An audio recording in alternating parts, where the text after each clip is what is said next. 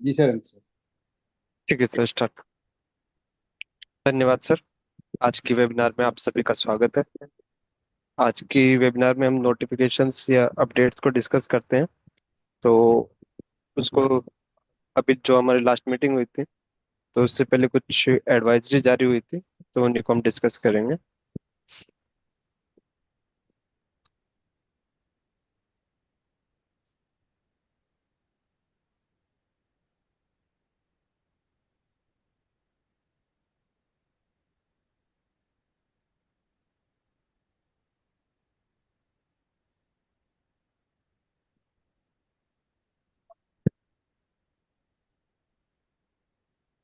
एक 6 मई को ये एडवाइजरी आई थी। Invoice wise reporting functionally in form JSTR 7। JSTR 7 जो जाती है, उसमें अभी तक हम जो डाटा फीड करते थे, वो पार्टी वाइज डाटा फीड होता था। तो अभी इसमें एक अपडेट आने वाला है, जिसमें जो डिटेल रिपोर्ट की जाएगी वो इनवॉइस वाइज रिपोर्ट की जाएगी। हाँ जी तो बिल्कुल। हालांकि अभी पोर्टल पर अपडेट नहीं हुआ है वो। अभी डिटेल जो जा रही है वो पार्टी वाइज ही जा रही है, लेकिन आगे आने वाले टाइम में ये इनवॉइस वाइज कंपलसरी हो जाएगी।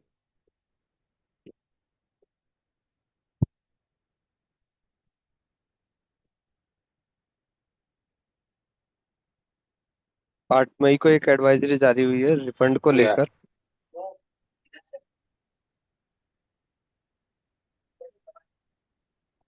जो हम रिफंड अप्लाई करते हैं, इसमें इन्होंने 3 कैटेगरी दी है: export of service with payment of tax, supply made to SEZ, unit oblique SEZ developer with payment of tax, on account of refund by supply of deem export. तो ये जो category दी गई है, इन कैटेगरी में पहले क्या होता था, पहले हमें एक स्पेसिफिक पीरियड सेलेक्ट करना होता था कि हम किस पीरियड की रिफंड अप्लाई कर रहे हैं, और उसके बाद हम इसको एप्लीकेशन फाइल करते थे। तो वहां से इन्होंने उस ऑप्शन को हटा दिया है कि किस पीरियड के लिए करना है। सीधा डायरेक्ट ऑप्शन आएगा उसमें क्रिएट रिफंड एप्लीकेशन का, और वहां पर हमें अपने जो इनवॉइस फीड करेंगे उसके हिसाब से वो डाटा एक्सेप्ट करेगा। दूसरा, इन्होंने एक और चीज उसमें दी है कि आपकी जो भी रिफंड अप्लाई कर रहे हैं, उससे पहले अप टू डेट आपकी JST 1 और 3 भी फाइल होनी चाहिए। लास्ट में किसी भी मंथ की या किसी क्वार्टर की 3 या R1 अगर किसी की पेंडिंग है, तो आप रिफंड एप्लीकेशन फाइल नहीं कर पाएंगे, उसमें वो उससे पहले ही एरर आ जाएगी। चौथी चीज कही है इसमें इन्होंने, अब पहले क्या होता था, पहले जो रिफंड अप्लाई होता था वो टैक्स पीरियड बेस होता था। अब उसको ये इनवॉइस बेस फाइलिंग करने जा रहे हैं, तो इसलिए उसका थोड़ा सा इन्होंने फॉर्मेट चेंज किया है। और उसमें जो नया फॉर्मेट आया है वो पोर्टल पर अवेलेबल आ जाएगा, और उसके हिसाब से आपको डाटा फीड करके अपलोड करना होगा।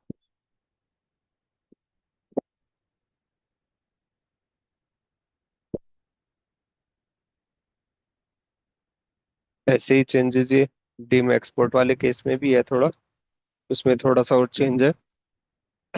जो नॉर्मल चेंज था टैक्स पीरियड वाला, वो भी चेंज है। आपकी 1 और 3 भी फाइल होनी चाहिए, वो भी चेंज इसमें एप्लीकेबल है। इसके अलावा इसमें अमाउंट एलिजिबल फॉर रिफंड, पहले क्या होता था कि जब हम अपनी रिफंड एप्लीकेशन फाइल करते थे तो वहां पर अमाउंट कुछ ऑटोमेटिक रिफ्लेक्ट होती थी और कुछ आपको खुद से फीड करनी होती थी। जहाँ पे क्या होता था, बहुत सी बार आपको अमाउंट ये लगता था कि मेरा इतने का रिफंड बैठेगा, जबकि वहां पर क्रेडिट लेजर में आपकी उतनी अमाउंट रिफ्लेक्ट नहीं होती थी। अब इन्होंने उसमें कॉलम ऐड कर दिए हैं।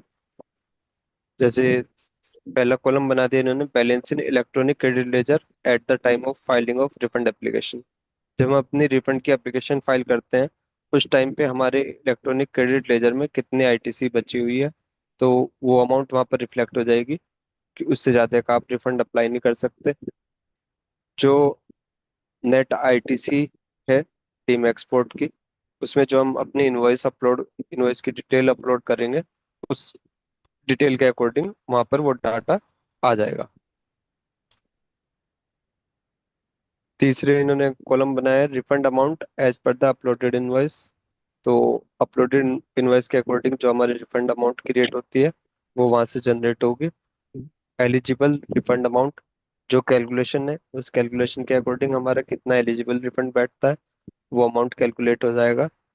और उसके बाद एक और ऑप्शन वहां पर रिफ्लेक्ट होगा जहाँ पर ये लिखा होगा refund amount not eligible as insufficient balance in the electronic card ledger. हो सकता है कि आपने जो इनवॉइस अपलोड करी हो और जो आपका आईटीसी हो उसके अकॉर्डिंग आपकी रिफंड ज़्यादा बनता है, लेकिन आपका इलेक्ट्रॉनिक कार्ड लेजर में अमाउंट कम है, तो उसके अकॉर्डिंग आपको उससे ज़्यादा का रिफंड नहीं मिल सकता जितना कार्ड ले, तो यहाँ पर वो अमाउंट रिफ्लेक्ट हो जाएगी कि किस कारण से आपको उससे ज़्यादा रिफंड नहीं मिल सकता।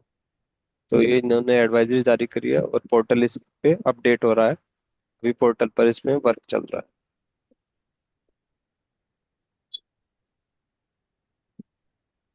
एक और एडवाइजरी जारी हुई है, जो हम वेवर एप्लीकेशन लगा रहे हैं 128A में। तो कुछ जगह ऐसे थे जहाँ पर हमने अपील फाइल की हुई थी। अपील फाइल करने में हमें इसकी अगर हमें स्कीम में जाना है तो या तो हमारा अपील का फर्स्ट अपील का ऑर्डर होना चाहिए या हमें अपील का विड्रॉ करना चाहिए। तो अगर किसी केस में हम अपील में विड्रॉ कर रहे हैं तो उस विड्रॉ की एक एप्लीकेशन लगती है। एप्लीकेशन लगने के बाद वहां से वो अप्रूव होती है। जब हम एप्लीकेशन लगाते हैं तो जहाँ पर एक ऑप्शन आता है अपील सबमिटेड का, वहाँ पर अपील विड्रॉ का स्टेटस अपडेट होना चाहिए। तो जैसे हम कोई भी एप्लीकेशन लगाते हैं, एप्लीकेशन लगाने के बाद अधिकारी के पोर्टल पर वो रिफ्लेक्ट हो जाती है कि आपने विड्रॉ की एप्लीकेशन लगाई हुई है। तो जैसे वो उसे एक्सेप्ट कर देते हैं तो वहाँ पर वो स्टेटस उसका अपील विड्रॉ का स्टेटस आ जाता है।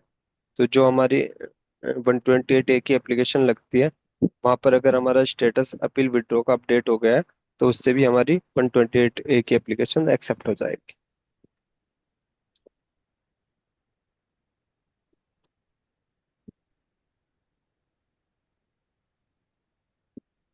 अप्रैल की रिटर्न से के लिए एक एडवाइजरी जारी की गई थी जिसमें उन्होंने कहा था कि 3B का जो टेबल 3.2 है वो ऑटोमेटिक आ जाएगा और जिसमें आप कुछ भी चेंज नहीं कर पाएंगे, नॉन एडिटेबल रहेगा।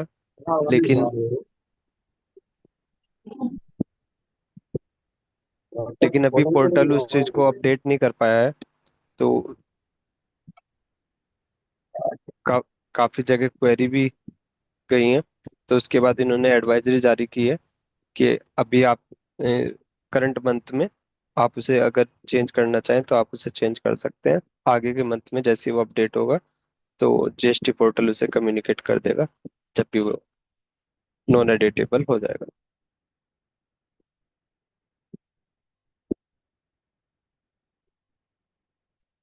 तो ये कुछ एडवाइजरी थी। इसके अलावा अगर किसी कोई क्वेरी हो या कुछ और इसमें कुछ बताना चाहते हैं कोई सदस्य तो। अब सर ये जो टेबल इन जारी की है एडवाइजरी उन्होंने 3.2 वाली जो टेबल है जीएसटी 3 वाली, जी जी। इनका मोटिव मोटिव क्या है? सर मोटिव ये है, अभी तक क्या होता था, जो हमारी अदर इसमें जो डाटा आता है, अगर अदर स्टेट में आपने अनरजिस्टर्ड डीलर को सेल किया उसका डाटा हम्म, आता है। जी। तो वहां पर क्या होता था, आपने 10 स्टेट को सेल की, हम्म, आपने जीएसटी 1 में चढ़ा दी डिटेल। अब जी। 3B जब फाइल कर रहे हैं आपने उसमें करेक्शन कर दिया, 1 में डाटा कुछ और हम्म, गया, 3B में डाटा हर स्टेट के लिए अलग हो गया। तो जो जी। टैक्स की एडजस्टमेंट होती है वो 3B से होती है। तो जिस स्टेट जी को जो बिल्कुल टैक्स होती है। मिलना चाहिए वो नहीं मिल पाता था। हम्म, तो इसलिए उसको ये नॉन एडिटेबल कराना चाह रहे हैं कि जिससे आपका 1 और 3B मैच हो रहे, आप उसमें चेंज बट ना सर कर पाए। बट सर इसमें तो डिपार्टमेंट को लॉस नहीं है? क्यों? जब कंसल्टेंट या व्यापारी गलती करेंगे तो उन पर तो नोटिस ज़्यादा जाएंगे ही जाएंगे।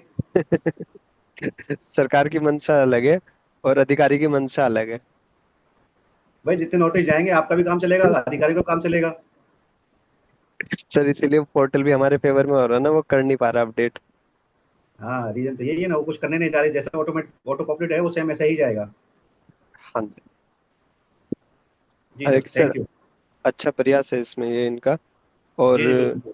आगे सर 3B को जैसे ये लॉक करने जा रहे हैं तो काफी जी। कुछ सही भी हो जाएगा लेकिन गलत भी हो रहा है।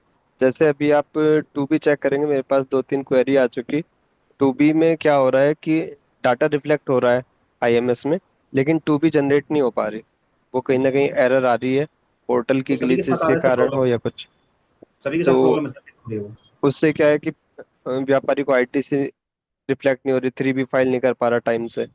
अब कुछ तो थ्री बी का टाइम पहले ही 14 से 20 के लिए रह गया, 7 दिन का टाइम कुल है।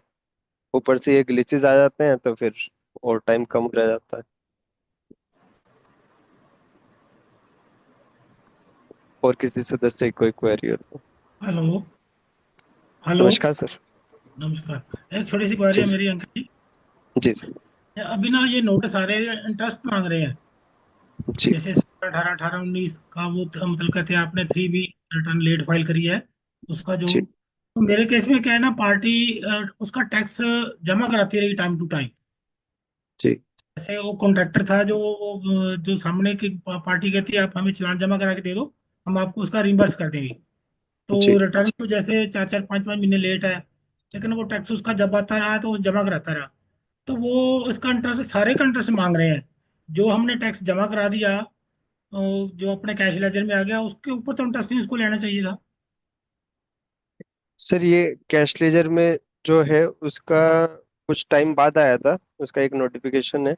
लेकिन शुरू में 17 18 18 19 में उसका बेनिफिट नहीं दिया गया था। तो अगर आपके कैश लेजर में पूरा। कोई जी साइटेशन सर, होगी हाई कोर्ट का, साइटेशन है। हाँ जी, वो मिल जाएगी। बेनिफिट ले वो है सकते सर। हाँ जी। हालांकि हैं। 17 18 में अब नोटिस नहीं देना चाहिए, 17 18 के लिए तो कोई नोटिस दिया नहीं जा सकता। सत्रह क्योंकि ना अठारह के 73 का टाइम रहा ना 74 का टाइम रहा 17 18 में। 17 18 का नोटिस नहीं दे सकते अब? नहीं सर। उसमें क्या इशू, क्यों नहीं दे सकते? सर 73 का भी टाइम निकल चुका, 74 का भी निकल चुका। अच्छा ठीक है। तो क्या उसको लिख के दें, मुझे जरा बताना आप उसको क्या लिख के दें। सर वो किस सेक्शन में दिया उन्होंने नोटिस आपको? मुझे पता नहीं किसमें दिया है। देखता हूँ क्योंकि थोड़ा। 18 19 के लिए भी 30 जून लास्ट डेट है 74 में करने की। 30 जून करने की 30 जून है। हाँ जी, 18 19 के लिए 17 18 का टाइम निकल चुका है सर। 17 18 का टाइम निकल चुका है। मतलब 73 या 74 का नोटिस नहीं दे सकते। चलो तो मैं नहीं स्टडी कर नहीं लूँ। दे सर। ठीक सर। एक एक मैंने साइटेशन देखी थी इसके ऊपर, थी ऐसा। वो कहता अगर जो रिटर्न का 3B का ड्यू टाइम है उससे पहले जी। जमा कराया हुआ है, हाँ जी। फिर तो कैश लेजर में आपका उसे ड्यू डेट से पहले आ गया, फिर तो इंटरेस्ट नहीं लगेगा। जी तो एक एक जजमेंट मेरे पास थी, अम्बे क्या था, industrial corporation, Gujarat high court की। उसमें जी। लिखा भी कैश लेटर में आ गया तो इंटरेस्ट नहीं लगेगा। कुछ ऐसा, अगर कोई, मुझे वो पूरी साइटेशन नहीं मिली, वो नेट में देखा था कोई, कोई अगर नहीं सर, आपको। वो साइटेशन मेरे पास होगी तो मैं आपको सेंड कर दूंगा, ग्रुप में शेयर कर दूंगा सर। हाँ चलो ठीक है ठीक है। अच्छा, एक एक इशू और है। एक जी एक मेरा डॉक्टर है, वो उसका स्किन का डॉक्टर है, उसने जीएसटी नंबर लेना भी, जी तो अपना हॉस्पिटल कंस्ट्रक्ट कर रहा है। जी 2 3 महीने पहले उसने माल परचेज बहुत कर लिया, जैसे मटेरियल कर लिया, एसी परचेज कर ले, फर्नीचर कर जी लिया, जी फैन जी वगैरह परचेज कर ले, लेकिन नंबर अब अप्लाई कर रहे हैं। जो जी। माल परचेज के उसके आईटीसी का क्या बनेगा? सर आईटीसी तो किसी भी चीज का नहीं मिलेगा जो कि, उसका है हॉस्पिटल की कंस्ट्रक्शन की जो भी है, उसका आईटीसी नहीं मिलेगा। वो तो आपको सारा पोर्टल पे शो करके आपको उसे रिवर्स ही करना पड़ेगा। तो जो बिल्डिंग कंस्ट्रक्शन का तो कोई आईटीसी आपको नहीं मिलता। एसी वगैरह जो है, जहाँ फर्नीचर वगैरह है हमारा, उसके मशीनरी है उसकी, जनरेटर है उसका। नहीं सर, इसमें जो उनके इक्विपमेंट आएंगे हम्म। उन सब का मिल जाएगा, मशीन नहीं, वो जो भी मतलब अप्लाई लैब। अप्लाई करने से पहले लिए हुए हैं, 2 3 महीने पहले ले लिया अप्लाई, अब कर रहा है, कल करा अप्लाई। तो उनका आईटीसी नहीं मिलेगा ना सर। उन आईटीसी चीजों नहीं। का तो वैसे भी नहीं मिलेगा सर। नहीं, जैसे जैसे वैट में था, वैट में तो पहले था, ऐसे ले लेते थे हम, जो मतलब अगर अप्लाई करने से दो सर तीन महीने पहले किया था बिल्ड, उसका। बिल्डिंग कंस्ट्रक्शन का तो तब भी नहीं आईटीसी मिलता था। मतलब बिल्डिंग का नहीं, जो मशीनरी का है, जो एसी का है, फर्नीचर, वो भी बहुत है, कोई 15 20 लाख का हो जाएगा उसका मटीरियल जो परचेज किया उसने। एसी है, 10 12 एसी है, 50 पंखे है, और फर्नीचर है उसका, उसकी इक्विपमेंट्स है। सर जीएसटी में ऐसा कोई प्रोविजन या कोई इस तरह का फॉर्म नहीं है जिसमें आप बैक डेट में अगर कोई आपने परचेज कर रखी हो तो आप उसका इनपुट क्लेम कर सकते हो। जीरो इस तरह जीरो का वन कोई फॉर्म फॉर्म किसने अवेलेबल बताया? 01 फॉर्म किस चीज का है? ITC 01 एक हाँ, वो सेक्शन है 18(1), फॉर्म 18(1)(b) सेक्शन है, उसमें है provision। सर ITC 01 ना, अगर चेंज होता है तब होता है। अगर आपने, क्या कहते हैं यार, जब आपने कॉम्पोजिशन से नॉर्मल में आए, अ, वैसा चेंज है, आप टैक्सेबल, नॉन टैक्सेबल से टैक्सेबल में आए, तो उसके देखो लिए अगर जो इनपुट अवेलेबल होते हैं इन स्टॉक, उसका मिलता है, not for capital goods. Sir का कहना है सर इसमें ये है कि अगर हम कोई ITC क्लेम करना चाहें जो हमारे रजिस्ट्रेशन लेने से पहले के अगर कोई गुड्स हो उसकी, राइट तो उसके सर। लिए कुछ इस तरह का ऑप्शन है। वैट में तो था ऐसा। सर उसमें भी आई बिलीव स्टॉक का होगा, मतलब मैं बैट एक्सपर्ट नहीं हूँ, उसमें भी बिलीव आई स्टॉक का होगा। जो स्टॉक नहीं, अवेलेबल होता है whenever you are taking a GST में भी रजिस्ट्रेशन। है, जीएसटी में भी है ऐसा। You are right Dikki Arora ji. Section I 80 agree with you. है, उसमें कुछ ऐसा प्रोविजन है, मतलब आप उसका ले सकते हो, अगर किसी के नॉलेज में शेयर कर लेते हैं यहाँ पे अगर है तो। सर सर मैं 1 month जी बिफोर का आप ले सकते हैं, बट स्टॉक का, सर मैं नॉट बोलूं? ऑफ कैपिटल गुड्स एंड जी not of service. Navneet sir कुछ कहना चाह रहे हैं सर। आपको जी सर जी बताइए सर। ऐसा है, इसमें आपको सबसे पहले जो रजिस्ट्रेशन कल आपने अप्लाई किया है उसमें लायबिलिटी कब से आपने एडमिट की है? अगर ये विद इन 30 डेज की है तो वॉलंटरली जिस डेट से इफेक्टिव आप रजिस्ट्रेशन चाह रहे हैं उस डेट के बाद की परचेज अगर वो विद इन 30 डेज है तो उसको आप बिल रिवाइज करा के लेने का प्रोविजन ITC का है। एक बात हो गई। दूसरी बात, बिल्डिंग का ITC मिलना ही नहीं है, अंकित जी ने बता दिया। तीसरी बात, जो आपके अदर गुड्स हैं लाइक AC और इंस्ट्रूमेंट्स, वो अगर आप other than health care service use करते हैं, मान लीजिए आपने एक्सरे की मशीन ली वो किराए पे दी तो ITC मिलेगा। और अगर आप वो कहते हैं कि मैं तो सिर्फ एक्सरे निकाल लूंगा एक्सरे मशीन से, तो उसको आपको 1/60 पर मंथ RITC करना पड़ेगा। क्लियर हुआ ये इशू? ठीक है, ठीक, विनोद भाई ठीक है। ठीक है सर, ठीक है, ठीक है, धन्यवाद। ठीक है thank sir, thank you sir. ठीक नवनीत भाई, thank you. Thank you sir, आपका आशीर्वाद। चलिए नवनीत सर इसी में मेरी एक क्वेरी है।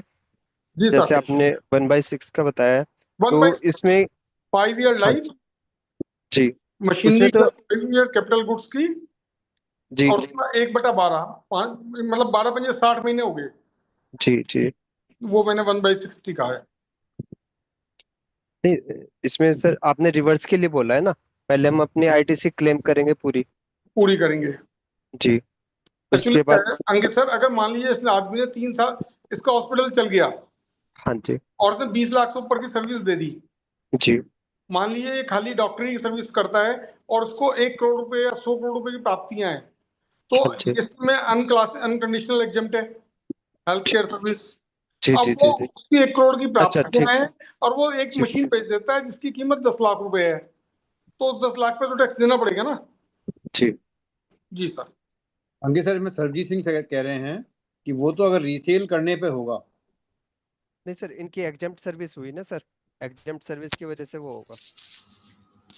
सरजीत जी सुन लीजिए, सरजीत भाई जी जी जी जी जी जी सुन लीजिए, नहीं आप तो क्लियर कर लीजिए अपनी प्रॉब्लम, मतलब जो आपने कहा है नहीं क्योंकि तो क्या वो क्लियर कर अगर लीजिए। हॉस्पिटल टैक्सेबल सर्विस होती तब जी तो कोई दिक्कत नहीं थी, लेकिन एग्जेम्प्ट सर्विस होने की वजह से इन्हें साथ साथ हर महीने रिवर्स करना पड़ेगा। नहीं, लेकिन जो ये मेडिसिन के अलावा जो और फैसिलिटीज देते हैं, अल्ट्रासाउंड या एक्सरे या लाइक दैट और भी, तो ये तो उसमें आती है ना टैक्सेबल सर्विसेज में, ये नहीं सर, मुफ्त में। अगर टैक्सेबल है, डॉक्टर टैक्सेबल। अगर डॉक्टर खुद कर रहा है तो वो हेल्थ केयर सर्विस में आएगी, और जी डॉक्टर ने अगर किसी को किराए पे दे दिया और वो किराए वाला कर रहा है तो उस किराए वाली भी तो एग्जेम्प्ट हो जाएगी। जी लेकिन जो डॉक्टर ने किराया लिया है या कोई पैसा लिया है तो वो तो हेल्थ केयर सर्विस नहीं ना, वो तो टैक्सेबल टेरिटरी में चला गया ना। टैक्सेबल है, उस केस में तो सर डेप्रिसिएशन फिर उन मशीनों का अलाउड हो जाएगा ना। बिल्कुल होएगा। वही डेप्रिशिएशन वही तो डेप्रिशिएशन तो ईच एंड एवरी केस में होगा, चाहे GST की नहीं एप्लीकेबिलिटी हो। नहीं, डेप्रिसिएशन से मतलब आईटी और डेप्रिसिएशन प्लस आईटीसी फिर उसकी क्लेम हो जाएगी ना। हाँ हो जाएगी। जब हम उसको टैक्सेबल सर्विसेज में काउंट कर लेंगे फिर तो हमको आईटीसी का बेनिफिट पूरा मिलेगा ना। यस सर, बिल्कुल मिलेगा। जी रामेश्वर जी आवाज नहीं गूंज रही, शायद आपके पास आपके चैम्बर में दो इंस्ट्रूमेंट, शायद आपने दो इंस्ट्रूमेंट अपने चला रखे हैं, उसकी वजह से आपकी आवाज गूंज रही होगी।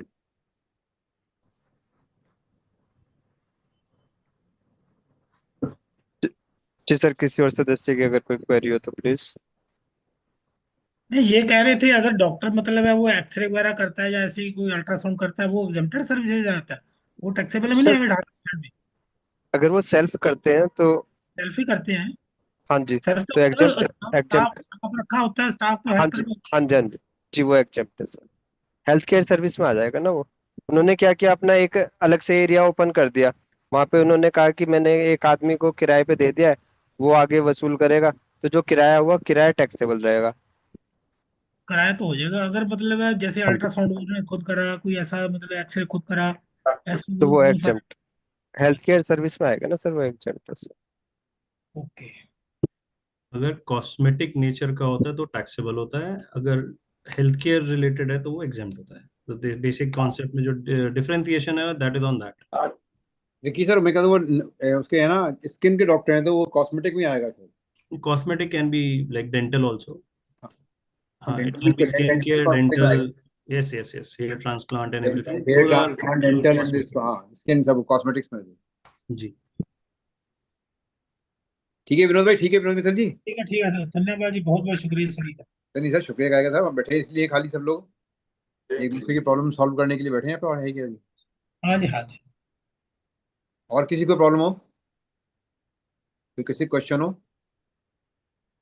सर जब हम अपील को जीत लेते हैं उसके बाद रिफंड का ऑप्शन कैसे क्रिएट हो, मतलब रिफंड कैसे डालें? सर उसका 10% जमा करते हैं।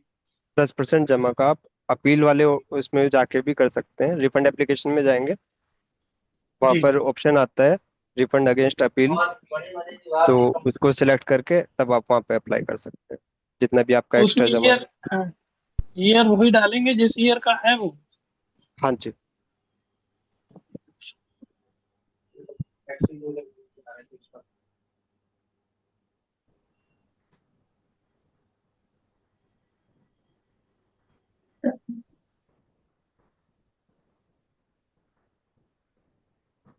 और किसी को सवाल हो?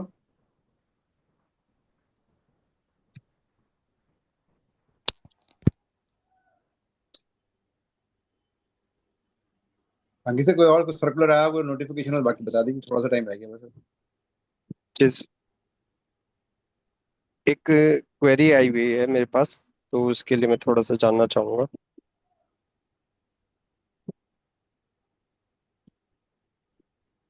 एक क्लाइंट ने क्या किया, अब सी आईजीएसटी जमा करना था, गलती से 3B में सीजीएसटी एचजीएसटी जमा कर दिया। उसके बाद नोटिस आया, नोटिस के अगेंस्ट उसने सही हेड में पैसा जमा कर दिया है और उसने अपना रिफंड अप्लाई कर लिया है जो उसने गलत जमा किया था। अब जो रिफंड अप्लाई किया है, अधिकारी का उसमें कहना है कि आपको ये जो रिफंड आएगा वो क्रेडिट लेजर में आएगा, ना कि कैश लेजर में। तो क्या ऐसा कोई नोटिफिकेशन या कुछ ऐसी डिटेल है?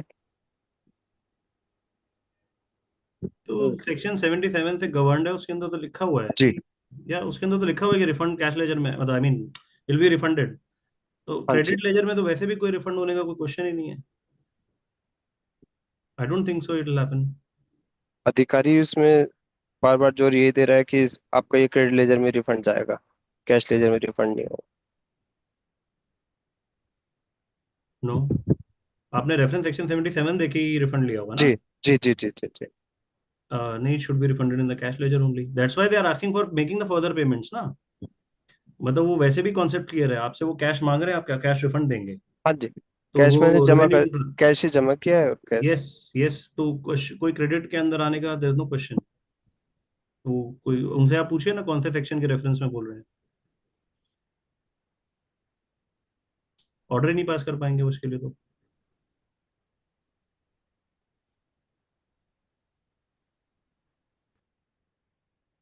क्या वो सीजीएसटी के अधिकारी हैं? नहीं सर, स्टेट के ही हैं सर।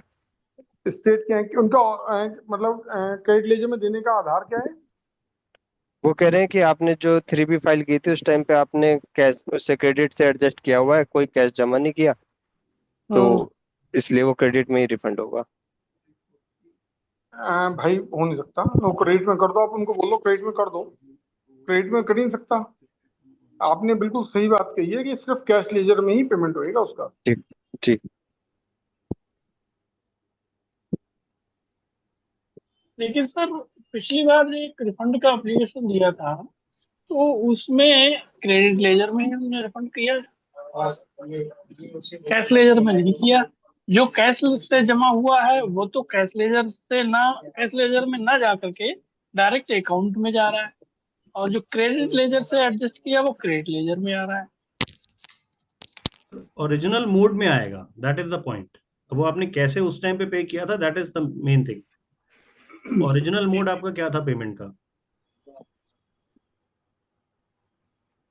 उसमें उसी तरह का था, कुछ क्रेडिट लेजर से था, कुछ कैश लेजर से था। अकॉर्डिंगली तो रिफंड जो होगा।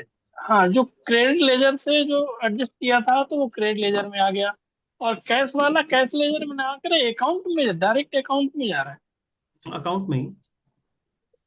आई डोंट थिंक दे अकाउंट में नहीं एवर जा रहा। रिफंडेड टू कैश लेजर, कभी भी नहीं करा हो तो। करते हुए अकाउंट में ही है वो। You can take directly refund also.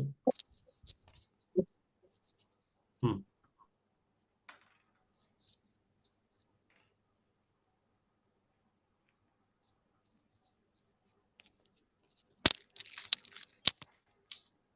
और किसी कोई सवाल हो?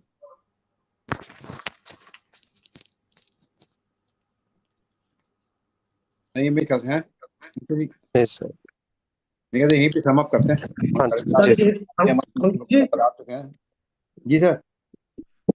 अरे छोटा सा सवाल है हाँ जी, बोलिए बोलिए। जी सर जी। अंकित जी, जैसे हमारे वैट से जीएसटी में आई माइग्रेट होके फर्म में, जी है ना, कुछ सेंटर में चली गई, कुछ स्टेट में रह गई। जी। तो हमें अगर इनका जुडिशियल चेक करना हो स्टेट में सेंटर, कैसे चेक करेंगे? सर्च में जाएंगे, वहाँ पे जैसे अपना जीएसटी नंबर डालते हैं जी। तो उसका जुरिडिक्शन आता है, दोनों जुरिडिक्शन लिखे हुए आएंगे, एक पे एडमिनिस्ट्रेटिव लिखा आता है, एक पे अदर लिखा आता है। जिस पे एडमिनिस्ट्रेटिव लिखा आएगा आपका जुरिडिक्शन हुआ है। मतलब सर्च में जीएसटी नंबर डाल दिया, हाँ जी अच्छा वहाँ जुडिशियल लिखा हुआ आता है। जी। जुरिडिक्शन में दोनों आएंगे, एक पे एडमिनिस्ट्रेटिव लिखा हुआ आएगा, एक पे अदर। तो जिस पे जो एडमिनिस्ट्रेटिव एडमिनिस्ट्रेटिव लिखा है हुआ वो आएगा। हमारा जुडिशियल है। जी sir. Thank you Ankit ji. Okay sir. Thank you very much everyone. Ankit sir, thank you very much आज के लिए। आप थैंक यू। आज के हमारे मुख्य वक्ता साहब श्री सरस्वती पुत्र श्री रिक्की अरोड़ा साहब सर पधार चुके हैं। सर आपका बहुत बहुत हार्दिक स्वागत है, आपने सर कष्ट किया हमें अपना आशीर्वाद देने के लिए। Thank you very much sir. Sir आप परिचय के लिए सर, मैं क्योंकि सब लोग काफी लोग नए हैं, आपके बारे में से पता नहीं, थोड़ा सा परिचय सर करा दें सब श्रोताओं को। तो मैं अपने सरबजीत सिंह बरेली से। सरबजीत जी जी जी भाई, जी भाई साहब। सर अनम्यूट कर थैंक लें, यू भाई साहब, थैंक यू। अनम्यूट कर सर, अपना अपनी वीडियो भी ऑन कर लें। जी जी, मेरा सब वीडियो ऑन है, मेरा वीडियो। हाँ वेरी गुड, हो गया। लग रहे हैं स्मार्ट लग रहे हैं आज। Thank you sir, thank you. तो सर का परिचय दे दीजिए आज जरा। जी जी जी जी। उत्तर प्रदेश कर अधिवक्ता संगठन की 279th वेबिनार विधि वाणी में उपस्थित founder president Shri Harsh Sharma ji, president Shri Vikramjit Singh Bhadauria, secretary Shri PS Upadhyay ji एवं अन्य पदाधिकारीगण, अधिवक्तागण एवं अन्य सभी प्रतिभागियों को मेरा सादर प्रणाम। Good evening. आज इस वेबिनार में हम अपना कीमती वक्तव्य देने के लिए एवं हम सबको जीएसटी के अत्यंत महत्वपूर्ण एवं अछूते विषयों इनपुट सर्विस डिस्ट्रीब्यूटर ISD एवं online information database access and retrieval OIDAR services के बारे में जीएसटी एक्ट के प्रावधानों की अपनी जानकारी बढ़ाने का एक सुनहरा मौका देने हेतु CA रिकी अरोड़ा जी, जो कि न्यू दिल्ली से हैं, हम सबके बीच में उपस्थित हैं। मैं एडवोकेट सरबजीत सिंह अपनी और उपकाश की तरफ से उनका तहे दिल से स्वागत करता हूं और पंजाबी सभ्याचार के अनुसार उनको सत श्री अकाल एवं जी आया नू कहता हूं। इसके पहले कि CA रिकी अरोड़ा जी अपना वक्तव्य शुरू करें, मैं आप सबको उनका संक्षिप्त परिचय करवाना चाहूंगा।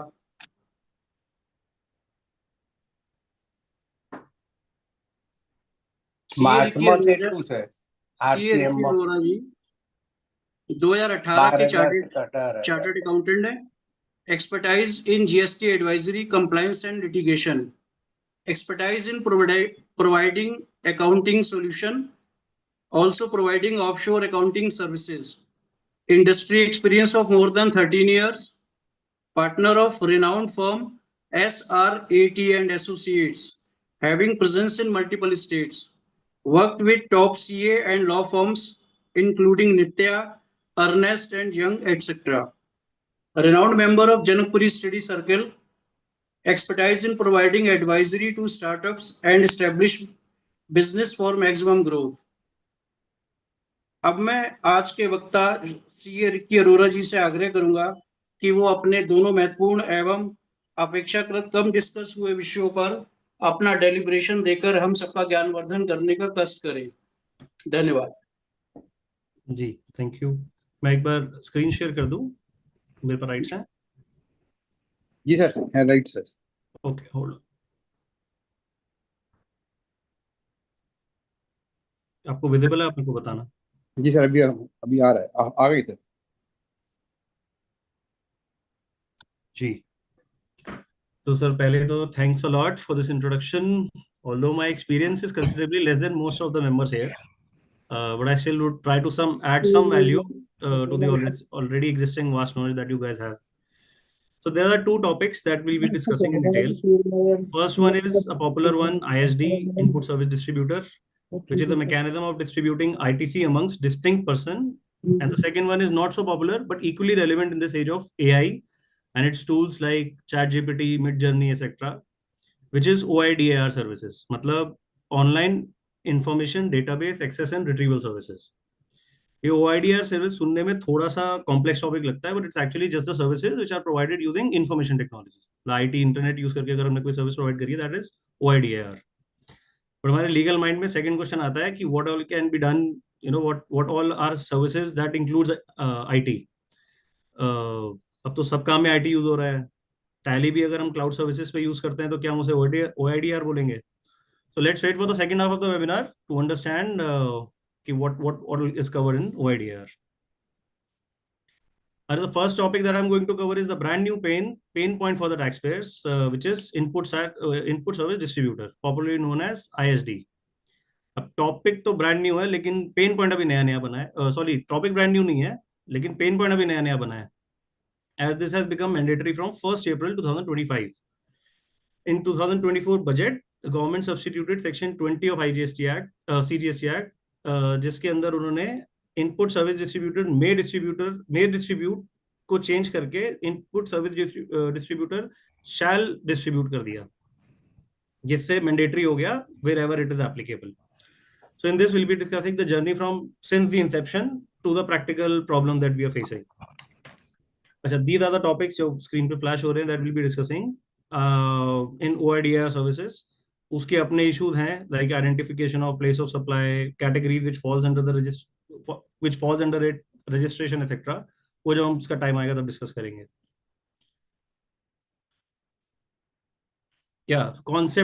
The concept of OIDR क्या है?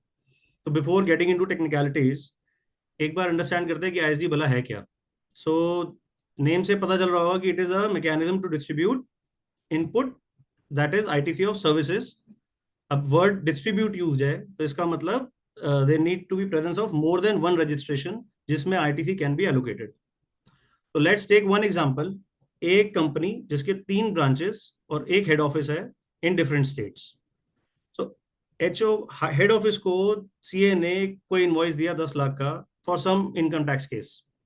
अब ये लिटिगेशन कॉस्ट पूरी कंपनी की है, लेकिन जो खर्चा बुक हुआ होगा वो सिर्फ HO में इनवॉइस किया होगा CA ने।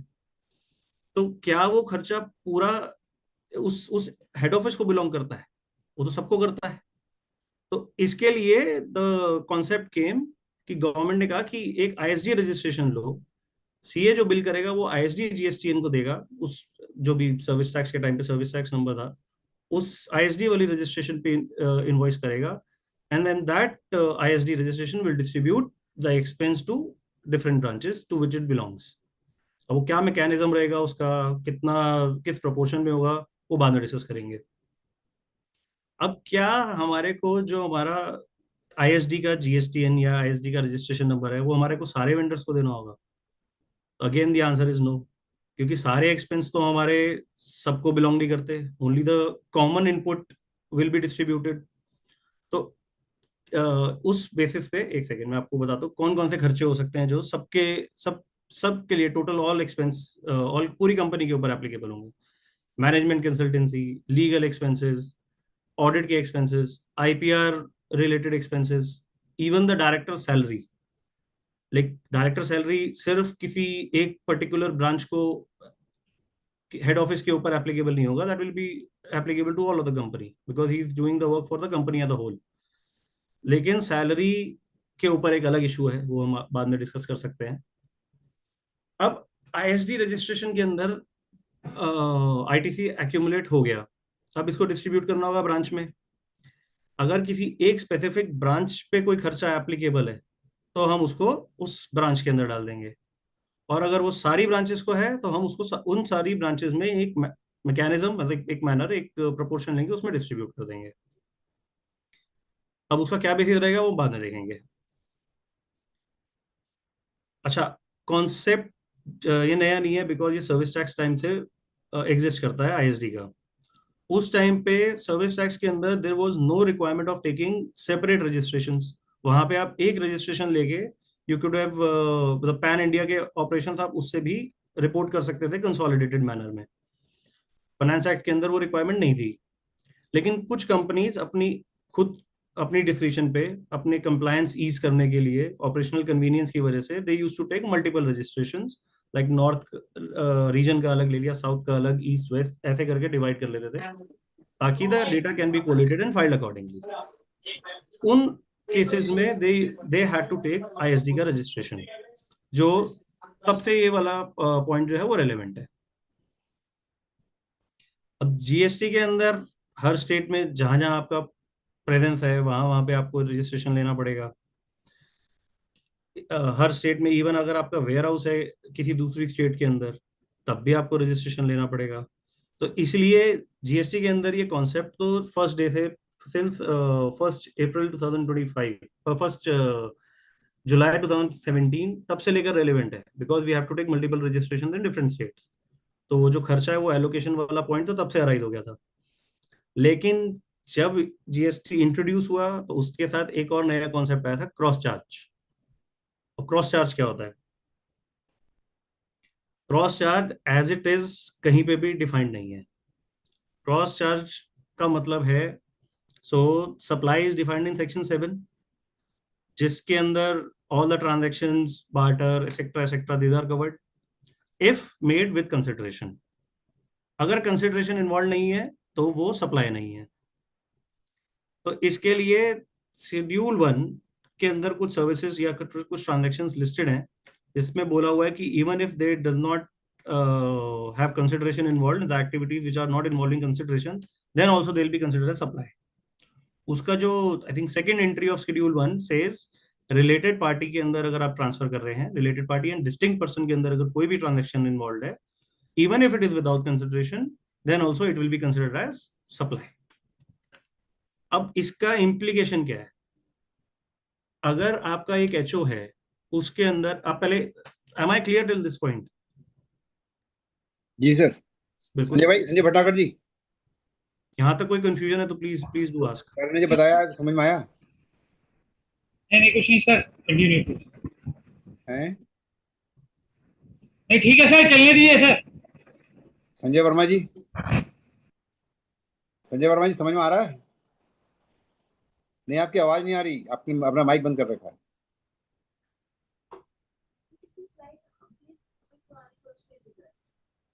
हाँ आ रहा है। ठीक है सर, ठीक। चलिए मैडम,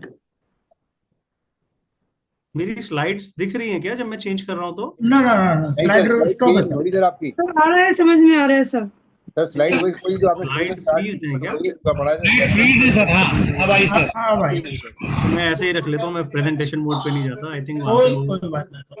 जी ठीक है, तो मैं यहीं रख लेता हूँ, कोई प्रॉब्लम नहीं। सो यस, तो तो क्रॉस चार्ज का बर्थ इसलिए हुआ बिकॉज सेक्शन 7 कहता था कि कंसिडरेशन इन्वॉल्व होनी चाहिए। शेड्यूल 1 वो वाली ट्रांजैक्शंस को भी कवर करता था जिसके अंदर कंसिडरेशन इन्वॉल्व नहीं है। तो अब एज्यूमिंग, अब आप, और सेक्शन 15 तो वैल्यूएशन का है तो वो एक अलग पॉइंट है। अब इसके अंदर क्या प्रॉब्लम आई, एक head office, let suppose same example, एक हेड ऑफिस और 3 ब्रांचेस। हेड ऑफिस में आप अकाउंटिंग कर रहे हैं common for all the branches located in different states. तो अब एक inherent service head office provide कर रहा है अपनी ब्रांचेस को। अब वो जो इनहेरेंट सर्विस है, चाहे उसके अंदर कोई अमाउंट नहीं है, कोई पैसा फ्लो नहीं कर रहा from branches to the head office, लेकिन इनहेरेंट सर्विस तो है ना जो हेड ऑफिस प्रोवाइड कर रहा है अपने ब्रांचेस को। अब उसके लिए, for that internally generated service, उसके लिए उसको बिल करना पड़ेगा अपनी ब्रांचेस को। क्यों बिल करना पड़ेगा, ये समझ में आया क्या?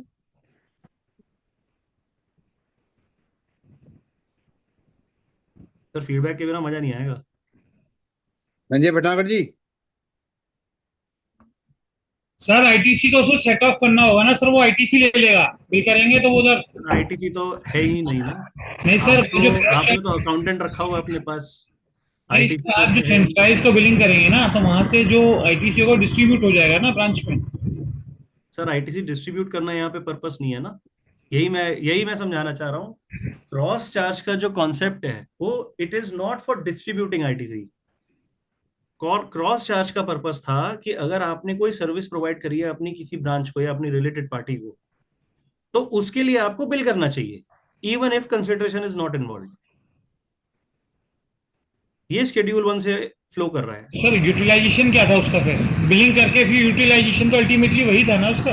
यस, जितना पार्ट हमारा वहां पे वो इनपुट मिल जाएगा उनको। वही में आईटीसी वही यूटिलाइजेशन ही तो हो गया ना उसका, वो ले लेंगे। लेकिन ये बिल करने की जरूरत कहाँ से अराइज हुई, वो यहाँ से अराइज हुई शेड्यूल 1 से। हमने वहां पे उनको बिल किया and accordingly that branches will be taking the ITC. Pankaj, ठीक है, जो वैल्यू उसकी डिराइव होगी वो रूल 28 के अंदर उसकी अपनी टेक्निकलिटीज है, लेकिन वो I think I am generally explaining the concept why cross charge और आईएसडी के अंदर कंफ्यूजन होती थी। तो अभी तक जब तक ये मैंडेटरी नहीं हुआ था तब तक तो we can use ISD and cross charge interchangeably. लोग क्या कर रहे थे कि अगर मेरा ऑडिट का बिल मैंने हेड ऑफिस को किया तो हेड ऑफिस में मेरा सारा इनपुट का अमाउंट आ गया, हेड ऑफिस आगे अपनी ब्रांचेस को रिस्पेक्टिव डिस्ट्रीब्यूट कर देता था अपने इनवॉइस करके, showing it as a support service being provided by the head office to their branches। ये समझ में आया क्या? ये भी चल रहा था 1 अप्रैल से पहले, यही चल रहा था।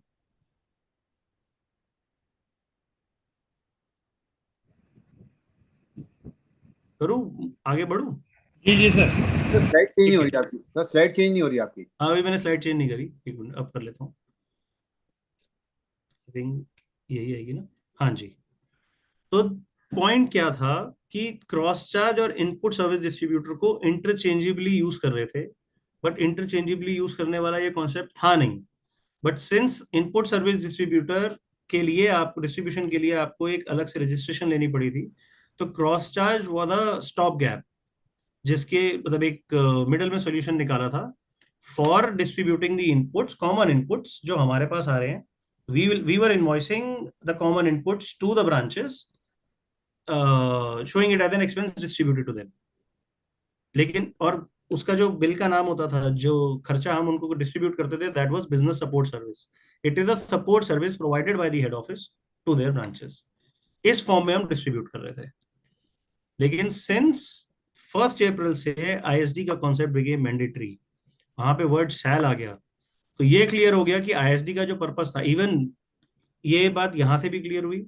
एक सर्कुलर है 199/2023 जिसके अंदर ये स्पेसिफिकली बोला गया है कि इंटरनली जनरेटेड सर्विसेज जो हैं वो रहेंगी क्रॉस चार्ज के थ्रू डिस्ट्रीब्यूट होंगी या बिल होंगी। इंटरनली जनरेटेड मतलब मेरी अकाउंटिंग सर्विसेज जो मैं अपनी ब्रांचेस को सप्लाई कर रहा था। लेकिन अगर बाहर से मैंने पूरी कंपनी के लिए कोई इनवॉइस मेरे पास आया है and I have to distribute that expense to my branches, for that I'll have to take ISD registration। तो इसका इफेक्ट ये है कि अगर आप कोई क्लाइंट आपका जिसके पास 3 या 4 रजिस्ट्रेशन हैं, तो आपको एज ही लेना ही पड़ेगा, क्योंकि ऐसा हो ही नहीं सकता कोई ऐसा एक्सपेंस आपके पास ना हो जो कॉमन सबके लिए अप्लाई होता हो। ठीक है। अच्छा, इसके मैकेनिज्म में क्या डिफरेंस है? एक क्रॉस चार्ज के अंदर हम सीधा टैक्स इनवॉइस इशू कर देते हैं अपनी ब्रांचेस को, अकॉर्डिंगली इनपुट वहां पे चला जाता है। आईएसडी के अंदर आपको आईएसडी का इनवॉइस इशू करना होगा, उसके अंदर टैक्सेबल वैल्यू नहीं आती, सिर्फ टैक्स का अमाउंट आता है जितना डिस्ट्रीब्यूट करते हैं। फिर कंप्लायंस, इसके अंदर क्रॉस चार्ज के अंदर जीएसटीआर 1 फाइल होती है जिसके अंदर हम सारे इनवॉइस इंक्लूड करते हैं जो हमने अपनी ब्रांचेस को इशू करे। इसके अंदर जीएसटीआर 6 फाइल होती है जो एक सेपरेट रजिस्ट्रेशन का सेपरेट रिटर्न फॉर्म है। उसके अंदर कितना हमारे, जैसे जिसके अंदर 2A होता है उसमें 6A होता है। 6A के अंदर हमारे सारे इनपुट्स आ जाएंगे जो हमारा आईएसडी रजिस्ट्रेशन के अंदर है। उसको हम एक में मतलब वैसे टर्नओवर बेसिस पे होता है बट उसके बारे में बाद में बात करेंगे। उसको हम उसमें डिस्ट्रीब्यूट कर देंगे according to the turnover of the company of those branches. वो जीएसटीआर 6 के अंदर डिस्ट्रीब्यूट होता है। ड्यू डेट जीएसटीआर 1 की तो जो ड्यू डेट होती है वही है, जीएसटीआर 6 की 13th ऑफ द मंथ। इसके अंदर एक ये सबसे बड़ा प्रॉब्लम है 13th ऑफ द मंथ। इसका मतलब हमारे जो 2A के अंदर, जो 2B के अंदर इनवॉइस जनरेट होते हैं वो 14th को होते हैं, तो आईएसडी को तो हमें 13th को फाइल करना है। Even if the invoices are not coming under 2B, practically it is another thing, like ये बहुत बड़ा चैलेंज है। 14th को जनरेट होंगे 2B में, तो हमारे को तो तभी पता चलेगा कि 2B में क्या आ रहा है, लेकिन हमें डिस्ट्रीब्यूट 13 को करने हैं, तो हम तो वो भी कर देंगे जो हमारी 2B में नहीं आए। उसके लिए हमें प्रैक्टिकली वर्किंग करनी पड़ेगी। So that is another thing, आगे डिस्कस कर लेंगे। एंड जो भी इनवॉइस वैल्यू है उस बेसिस पे हम आगे कर सकते हैं सब्जेक्ट टू इनपुट। वो रूल 28 के अंदर लिखा हुआ है। रूल 28 में ये है कि अगर आपकी branch is eligible for taking full ITC, मतलब कोई एग्जाम सप्लाई नहीं कर रही वो, और या नॉन टैक्सेबल सप्लाई नहीं कर रही, तो हम जो भी इनवॉइस पे वैल्यू लिखेंगे, चाहे 5 रुपए लिखें, 10 रुपए लिखें, 100 रुपए लिखें, whatever, that will be considered as the market value. वो रूल 28 में लिखा है, रूल 28 के सेकंड प्रोविजन में। और इसके अंदर जो रेशियो है वो डिफाइंड है, तो that should be the ratio of turnover of the branches. यहां तक भी कोई क्वेश्चन है तो प्लीज, देन आगे थोड़ा सा और टेक्निकल हो जाएगा। रामेश्वर राय जी झांसी, रामेश्वर राय झांसी, कोई सवाल है आपका?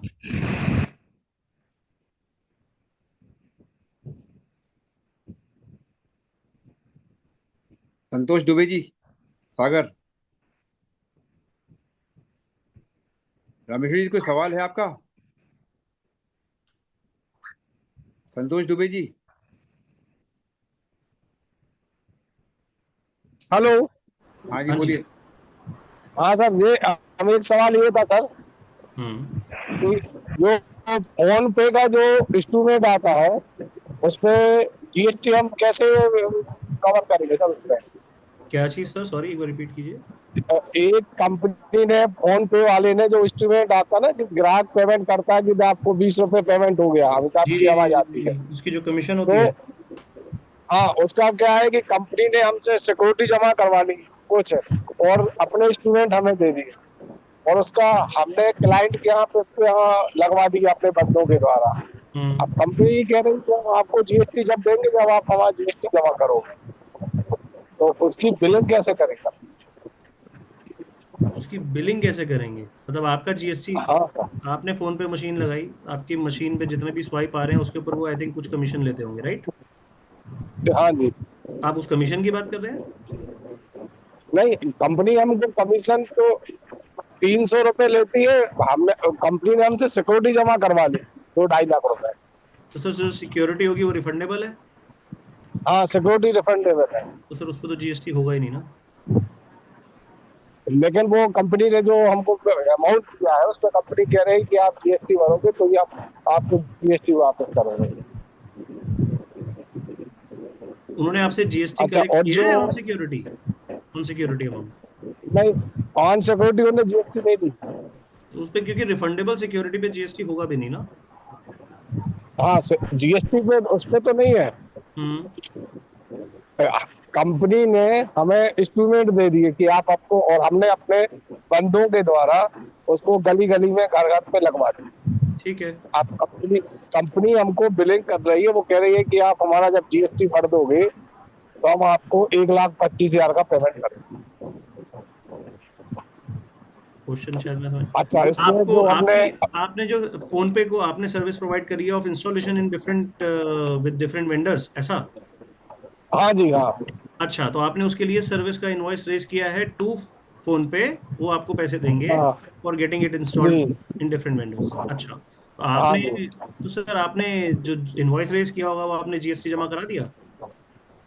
नहीं, अभी नहीं किया, तो हमें बिल काटना पड़ेगा ना उसका, फोन पे वालों का। करेक्ट, बिल्कुल काटना पड़ेगा। तभी तो हम उसको जीएसटी उसके पोर्टल पे देख पाएंगे। तो आप जीएसटीआर 1 भरेंगे, आप बिल्कुल फाइल कर देंगे। हाँ, तो कंपनी क्या है कि सही जो है बात नहीं कर रही है, इस कारण से पार्टी का पेमेंट रुका हुआ है। और दूसरा उसमें ये है कि जो पार्टी के पास जो फंड आया है, तो पार्टी ने अपने जो डिस्ट्रीब्यूटर थे उनको भी पेमेंट किया है, तो वो तो इनकम टैक्स पर्पज से उसका वो खर्चा में कर जाएगा, लेकिन उसका तो आरसीएम बनना पड़ेगा उसको, बंदे को। आरसीएम क्यों भरना पड़ेगा? अगर आरसीएम वाली सर्विसेज ली हैं, अगर आपने कोई मैन पावर वगैरह कुछ लिया है तभी आरसीएम आएगा, अदरवाइज आरसीएम भी नहीं आएगा। तो हमने जो अपने बंदों को जो पेमेंट किया है उसका कैसे आएगा? सर, जो आपने अपने बंदों को पेमेंट करी है, इफ दे आर नॉट हाँ जी रजिस्टर्ड हाँ। अंडर जीएसटी, तो आपको क्वेश्चन क्या क्लियर ना हो जीएसटी रहा का कोई बेनिफिट नहीं मिलेगा? क्वेश्चन क्लियर नहीं हो रहा संतोष जी। नहीं, बट आई थिंक वो उसका आईएसडी एंड क्रॉस खैर, चार्ज उसको से relate ही रिलेटेड नहीं रिलेट का ही नहीं ना ये क्वेश्चन तो। हाँ जी, ये आपका क्वेश्चन वैलिड है, वो डिस्कस कर सकते हैं बाद में, लेकिन ये जी आईएसडी क्रॉस चार्ज रिलेटेड नहीं है आई थिंक। नहीं, आईएसडी से क्रॉस नहीं होता ये। अच्छा, नहीं, I am talking about this topic जो मैं एक्सप्लेन कर रहा हूँ। सी टॉपिक चल रहा जीएसटी है है संजय जीएसटी। दुबे जी, जो टॉपिक चल रहा है क्रॉस इसका cross charge and cross charge का, उसके संबंधित सवाल पूछिएगा, आउट ऑफ टॉपिक मत जाइए। मेरा सर क्या इसमें जी सर। पेमेंट का जो टाइम पीरियड है वो 180 डेज का इसमें भी लागू होता है या नहीं, या नॉर्मल रजिस्ट्रेशन में लागू तो है? क्रॉस चार्ज वाले केस में आईएसडी का सॉरी क्रॉस चार्ज के केस में 180 डेज की लिमिट नहीं लगती। If you are billing to your own company, वहां पे नहीं लगती, वो रूल के अंदर मेंशन है, रूल 36 आई थिंक। ओके जी, मेरा सिंपल सा ये क्वेश्चन था कि सपोज दैट जब हम क्रॉस चार्ज के अंदर अपनी जो भी कंसर्न कंपनी आईएसडी तो केवल सेंट्रलाइज एक ही लेगी, अपनी हेड ऑफिस लेगा आईएसडी का रजिस्ट्रेशन। तो जहां पे भी अगर मल्टीपल आपकी लोकेशंस हैं तो हो सकता है आपको 3-4 आईएसडी की रजिस्ट्रेशन लेनी पड़े। It depends on your operational is. नहीं, तो वही क्वेश्चन है कि जो 13 को जब हम आईएसडी का रिटर्न फाइल करेंगे, हाँ जी, तो सर्विसेज जो मेरे पास आई, यदि एक हेड ऑफिस को उसने बिलिंग करा, सपोज दैट जिसमें उसकी आईटीसी है 10,000 रुपए की, ठीक है। अब उसको 13 को उसको आगे उसको चार्ज को अपने को ट्रांसफर करना है अपनी ब्रांचेस को उसी, बिल्कुल बिल्कुल। तो उस टाइम तक अपडेट होगा नहीं तो वो कैसे कर पाएगा, किस ग्राउंड पे करेगा? हमारी आप कह रहे हैं 2A के अंदर, 6A के अंदर नहीं आएगा तो? हाँ, नहीं तो 6A के अंदर आएगा तो आईएसडी के नंबर से वो 6A में रिफ्लेक्ट करेगा। हाँ जी, तो 6A में कब रिफ्लेक्ट करेगा? 13 को करना है जब भी, वही तो पॉइंट है, यही तो मैं आपको कह रहा हूँ, this is the practical problem. ये तो मैंने आपको इसीलिए मैंने रेस करी थी कि अगर आपका वेंडर जिसकी 11th को रिटर्न फाइल हो जाती है, अगर क्वार्टरली नहीं है तो वो 11th तक रिटर्न फाइल कर देगा, तो वो आपके जैसे 2A के अंदर आ जाती है वैसे 6A के अंदर भी आ जाएगी। ये 6A इज मतलब you can compare 6A with 2A, dynamic है, it keeps on changing. Second में मेरा क्वेश्चन ये था कि 6A दिखाई देगा, वो हेड ऑफिस को ही दिखाई देगा, और वो जब आईएसडी को दिखाई देगा, आईएसडी वाले नंबर पे दिखाई देगा। आईएसडी के सेपरेट रजिस्ट्रेशन है, आप उसे लॉगिन करके देखेंगे उसकी ठीक 6A है, के अंदर। अब यदि वो जो अपनी ब्रांचेस को करेगा, यदि वहां पर सपोज उसने कोई सेंटर और रजिस्ट्रेशन नहीं लिया है, ब्रांचों को आपने आईएसडी का रजिस्ट्रेशन नहीं किया, ठीक है, तो वो जो बिलिंग करेंगे उस ब्रांच को, तो वहां उसकी 2A में शो होगा, वो हाँ 2B में रिफ्लेक्ट आता है, बिल्कुल 2B में रिफ्लेक्ट होगा। बिल्कुल। आप देखेंगे ना, आप जब रिटर्न भरते हैं, 3B भरते हैं, तो 3B के अंदर जो मल्टीपल टेबल होते हैं उसके अंदर ऊपर ये भी होता है रिसीव्ड फ्रॉम आईएसडी। हाँ जी, वो सर, reflect यदि करता जो आईएसडी वाला रजिस्ट्रेशन है, यदि सेम उस पे आपका इनवॉइस फाइल नहीं करके रेगुलर फाइल किया तो उसका सर रिफ्लेक्शन क्या होगा? है। सर आपने फिर जीएसटी प्रोविजंस को कंप्लाई नहीं किया ना। जीएसटी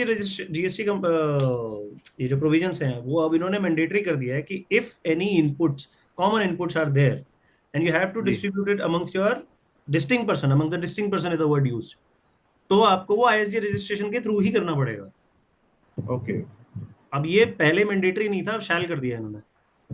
तो this okay, thank change came from 2024 budget, लेकिन उसकी इफेक्टिव डेट जो थी वो 1 अप्रैल 25 थी। जी, थैंक यू। करूँ आगे प्रोसीड? जी सर, आगे चले सर। जी सर। तो जो सर्कुलर में आपको कह रहा था 199/23, उसके अंदर पहले आईएसडी रजिस्ट्रेशन, मतलब पहले खर्चे को हम क्रॉस चार्ज की तरह भी डिस्ट्रीब्यूट कर देते थे, लेकिन सर्कुलर ने ये क्लैरिफाई किया कि what is the difference between cross charge and ISD. Expenses to be distributed by through cross charge and through ISD. तो क्रॉस चार्ज, अगर सिंपल वर्ड्स में बोलूं तो क्रॉस चार्ज सिर्फ इंटरनली जनरेटेड सर्विसेज के लिए होता है, सर्विसेज या गुड्स का भी इनपुट। लेकिन आईएसडी जो है वो बाहर से अगर हमने कोई इनपुट लिया है जो एक जगह इनवॉइस हो रहा है, लेकिन it belongs to multiple branches, then you will have to take ISD registration. Internally generated, जैसे मैंने आपको अकाउंटिंग का एक एग्जांपल दिया था वैसा, ठीक है। तो ये सर्कुलर 199 आप पढ़ेंगे तो उसके अंदर ये बहुत क्लैरिटी है इसके अंदर कि कौन से एक्सपेंसेस किस तरीके से डिस्ट्रीब्यूट होंगे। They have discuss the parameters, ठीक है। मैं अब जो टेक्निकल वर्ड्स में लिखे हुए हैं वो बता देता हूँ। कॉन्सेप्ट ऑफ आईएसडी क्या है? An office of the supplier of goods और services, the supplier of goods और सर्विसेज है। डिस्ट्रीब्यूट सिर्फ सर्विस का इनपुट होगा। Which receive input tax services invoices for on behalf of distinct person. Distinct person मतलब multiple registration, जो section 25 में defined है। अगर आपकी 5-6 रजिस्ट्रेशन है इन डिफरेंट स्टेट्स या इन the same state also, then all those registrations will be considered, अगर same PAN पे, then all those registrations will be considered to be registration of distinct person. तो अगर कोई एक ऑफिस, एक supplier input service का कोई इनवॉइस रिसीव करता है on behalf of distinct person, तो उसको वो रिस्पॉन्सिबल है डिस्ट्रीब्यूट करने के लिए input tax credit to their distinct person, ठीक है। ये कॉन्सेप्ट है। कैसे करेगा वो? एक तो जितना आपकी 6A के अंदर अपीयर हो रहा है, आप उसको आपको मैंडेटरीली उसी मंथ के अंदर डिस्ट्रीब्यूट करना है। इसकी भी एक प्रैक्टिकल प्रॉब्लम है, बताऊंगा आपको। फिर credit must go only to attributable recipients, मतलब जो आपके डिस्टिंक्ट पर्सन है उनके पास ही जाना चाहिए। इसका मतलब ये है कि अगर मान लो कि आपके एचओ पे एक इनवॉइस आया जो सिर्फ किसी एक पर्टिकुलर ब्रांच को लाई करता है, कि मतलब वो खर्चा किसी एक ही ब्रांच का था, वो था ही नहीं सबका, पूरी कंपनी का, लेकिन वो इनवॉइस हुआ उस आईएसडी रजिस्ट्रेशन में, तो वो आईएसडी उसको एलोकेट करेगा स्पेसिफिकली, सबको डिस्ट्रीब्यूट नहीं करेगा। फिर allocate credit in proportion of the recipients turnover in the state, मतलब अगर हेड ऑफिस और 3 ब्रांचेस, अगर सबकी 1-1 लाख रुपए की, चारों की 1-1 लाख रुपए की टर्नओवर है, तो जो भी कॉमन इनपुट होगा वो 25-25% डिस्ट्रीब्यूट हो जाएगा चारों में, बेसिस द टर्नओवर। टर्नओवर देखनी है हमें पिछले साल की, और अगर कोई ब्रांच नहीं खुली है आपकी, तो उसको भी प्रेजेंस हुई नहीं 1 साल की, उस केस में हम देखेंगे पिछली क्वार्टर की। तो जैसे आज हम बैठे हैं, आज मई में बैठे हैं, कोई ब्रांच आपने खोली है अभी लेट सपोज मार्च में, तो उसको तो पूरा साल हुआ ही नहीं ना। तो आपको जो भी लास्ट क्वार्टर हुआ वो हुआ जनवरी, फरवरी, मार्च का। तो ये तीनों क्वार्टर का जो सम है, अब आपको सारी ब्रांचेस का इस क्वार्टर का टोटल लेके उस रेशियो में बांटना होगा, अगर कोई नई ब्रांच खुली है। अदरवाइज पिछले साल का टर्नओवर के बेसिस पे हम बांटेंगे, ठीक है। Distribute to both registered and unregistered units, क्योंकि डिस्टिंक्ट पर्सन का मतलब ये नहीं है कि अगर आपने रजिस्ट्रेशन लिया है, वो अगर आपने नहीं भी लिया तब भी हो जाता है। And ISD invoice must clearly state the document is for credit distribution, मतलब उस इनवॉइस पे जो आईएसडी का डॉक्यूमेंट है उस पर स्पेसिफिकली मेंशन होगा कि आईएसडी का इनवॉइस है, सिर्फ क्रेडिट डिस्ट्रीब्यूशन के लिए है, क्योंकि उसके ऊपर टैक्सेबल वैल्यू नहीं होती ना, तो सिर्फ जीएसटी का अमाउंट होता है। ITC to be distributed only to recipients operational in the current year, जो बंद हो गई ब्रांचेस उनको नहीं डिस्ट्रीब्यूट करना। ये सेक्शन 20 गवर्न करता है ऑफ सीजीएसटी एक्ट। अच्छा, डिस्ट्रीब्यूट क्या करना है, जो मैंने आपको बताया, distribute based on GSTR 6A। 6A के अंदर जितना इनपुट आया वो आपको जीएसटीआर 6 के अंदर इन द रेशियो ऑफ, अच्छा जो आपका इनएलिजिबल आईटीसी है वो इनएलिजिबल कैटेगरी में ही जाएगा, जो एलिजिबल है वो एलिजिबल में ही जाएगा, कौन सी ब्रांच को बिलोंग करता है वो उसमें ही जाएगा, वो आप GSTR 6 खोलेंगे, वो आपको बिल्कुल क्लियर हो जाएगा, it's not a difficult return, but the rules governing are little technical, कि हमारे को वर्किंग उसकी पहले से करके रखनी पड़ती है। And since that it has become mandatory from 1 अप्रैल, तो इसलिए ये वाला टॉपिक आज डिस्कस भी कर रहे हैं। वो एलिजिबल और इनएलिजिबल, और RCM के केस में ये होगा कि the in the state, if it is of the same state, मान लो आपका हेड ऑफिस दिल्ली में है, ब्रांचेज आपकी गुड़गांव, नोएडा, लाइक आसपास दूसरी स्टेट्स के अंदर है, तो हेड ऑफिस में अगर आपकी एक रजिस्ट्रेशन है, मतलब आपकी 3 रजिस्ट्रेशन, दिल्ली, हरियाणा, यूपी, और हेड ऑफिस आपका लोकेटेड है यहाँ हेड दिल्ली में, आप ISG रजिस्ट्रेशन लेते हो दिल्ली में, तो जो भी इनवॉइस RCM लेते हैं, RCM वाला इनवॉइस जो होगा, that will lie on the head office, not to the ISG registration. Head office उसका RCM पे करेगा, वो उसको इनवॉइस करेगा to the ISG registration, and then ISG registration will distributed further. ये वाला अगर पॉइंट नहीं समझ में आया तो प्लीज पूछना। नहीं सर, दोबारा रिपीट करेंगे सर जरा।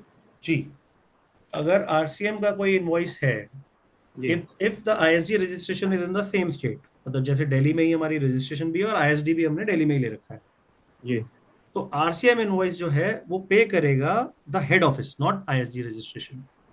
हेड ऑफिस पे करेगा उसका invoice for that amount, the head office will invoice that amount to the ISD registration, and then ISD उसको डिस्ट्रीब्यूट करेगा। This is particularly in the case of RCM services. RCM case में only that's RCM में ऐसे होगा। Okay, thank you. क्योंकि ISD registration can not pay, उसमें है ही नहीं, ऑप्शन ही नहीं है RCM की अमाउंट पे करने का। ठीक है, थैंक यू। ठीक है, यही जो नीचे मेंशन्ड है, payment is made by regular GSTN in the same state and invoice is issued as per rule 39(1)(a) and 54(1)(a, मतलब यू कैन रेफर दैट, वहां पे उसके अंदर स्पेसिफिकली ये मेंशन्ड ही है कि invoicing, how invoicing will be done. I will share the PPT with you. अच्छा, अब ISD के अंदर आपने आगे क्या करना है? मेन पॉइंट इज कि I am sure many of you will have clients जिसके अंदर, जिनकी मल्टी स्टेट प्रेजेंस है, या इवन सेम स्टेट में मल्टीपल रजिस्ट्रेशंस हैं, तो you will have to identify कौन से ऐसे क्लाइंट्स हैं, कौन से ऐसे इनपुट है, they will have to take ISG registration. ये सबसे पहला काम है। मतलब मेरे लिए भी ये this exercise we started doing in March, तो कई क्लाइंट नहीं माने इस बात को, वो कहते हैं कि हम वो ब्रांच ही बंद कर देते हैं, सो क्योंकि एडेड कंप्लायंस कॉस्ट है ये।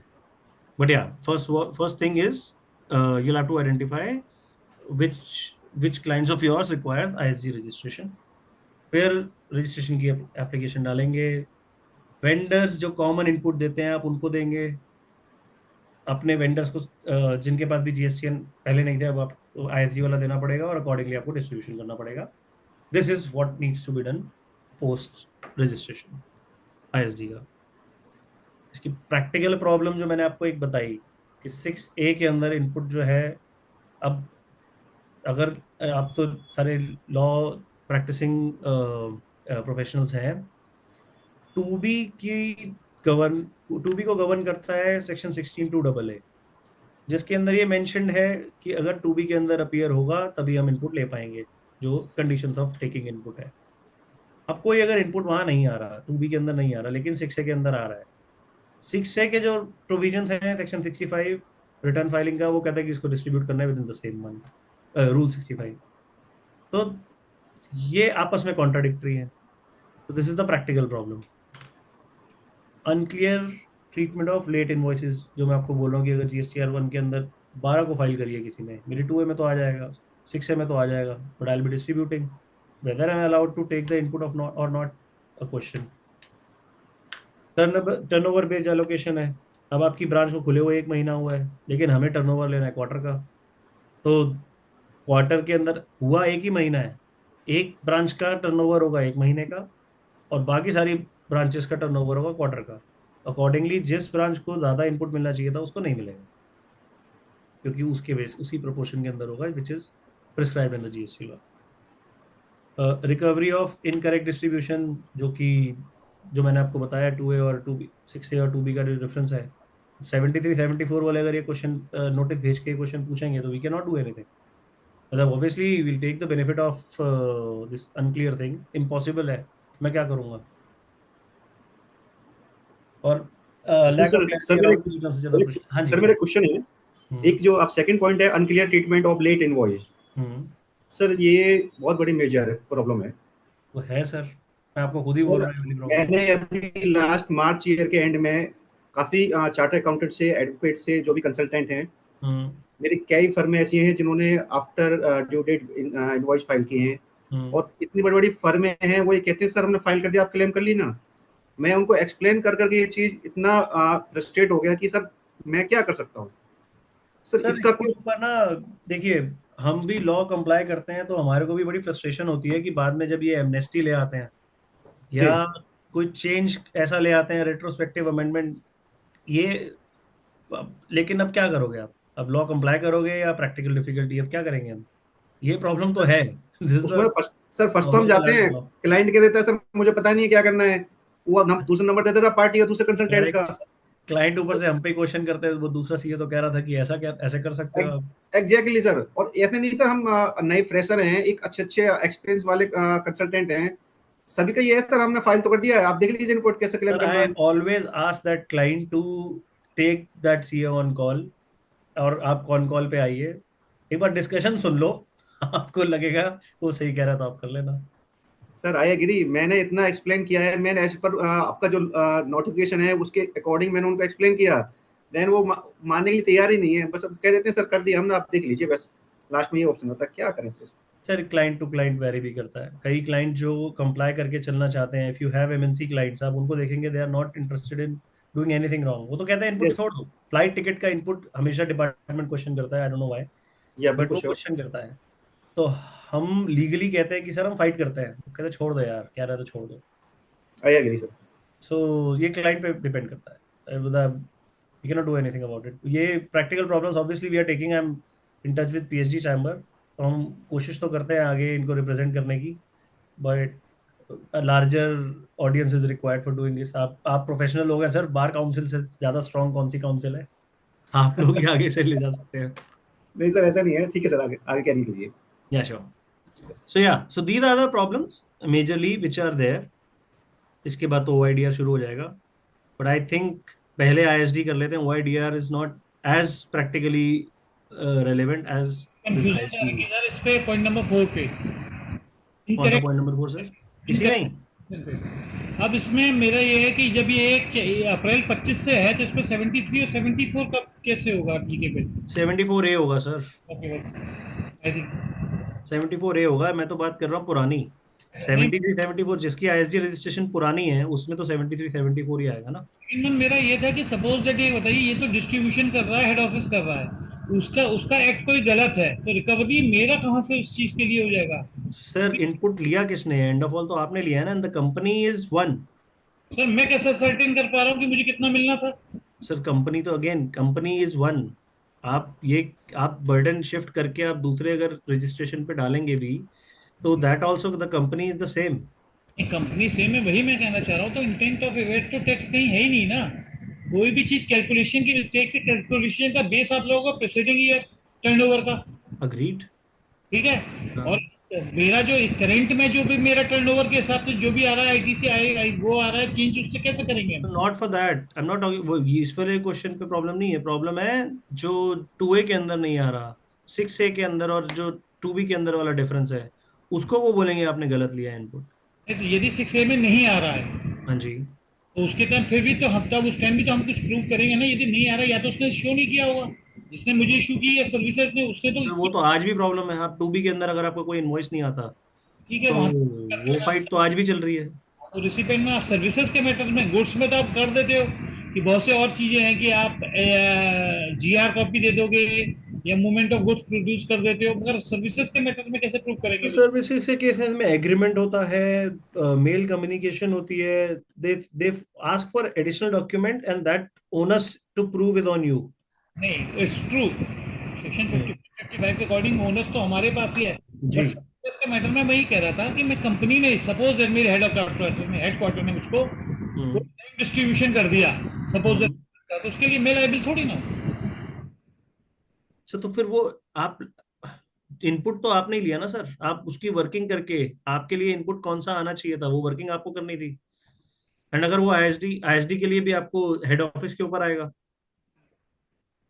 इनपुट जिस पे लाई कर रहा है, आपकी बात में समझा, आप ये कह रहे हैं कि ब्रांच की क्या गलती अगर उन्होंने गलत इनपुट ले लिया तो। इनपुट जो आया डिस्ट्रीब्यूट जो कर दिया, जो आया उनको शो कर दिया, वो उन्हें लेना है। आपको आना चाहिए एडवांस एक्सेल के साथ एआई और चैट जीपीटी का सही इस्तेमाल करना। हेलो, अभी शायद किसी का स्पीकर ऑन है शायद।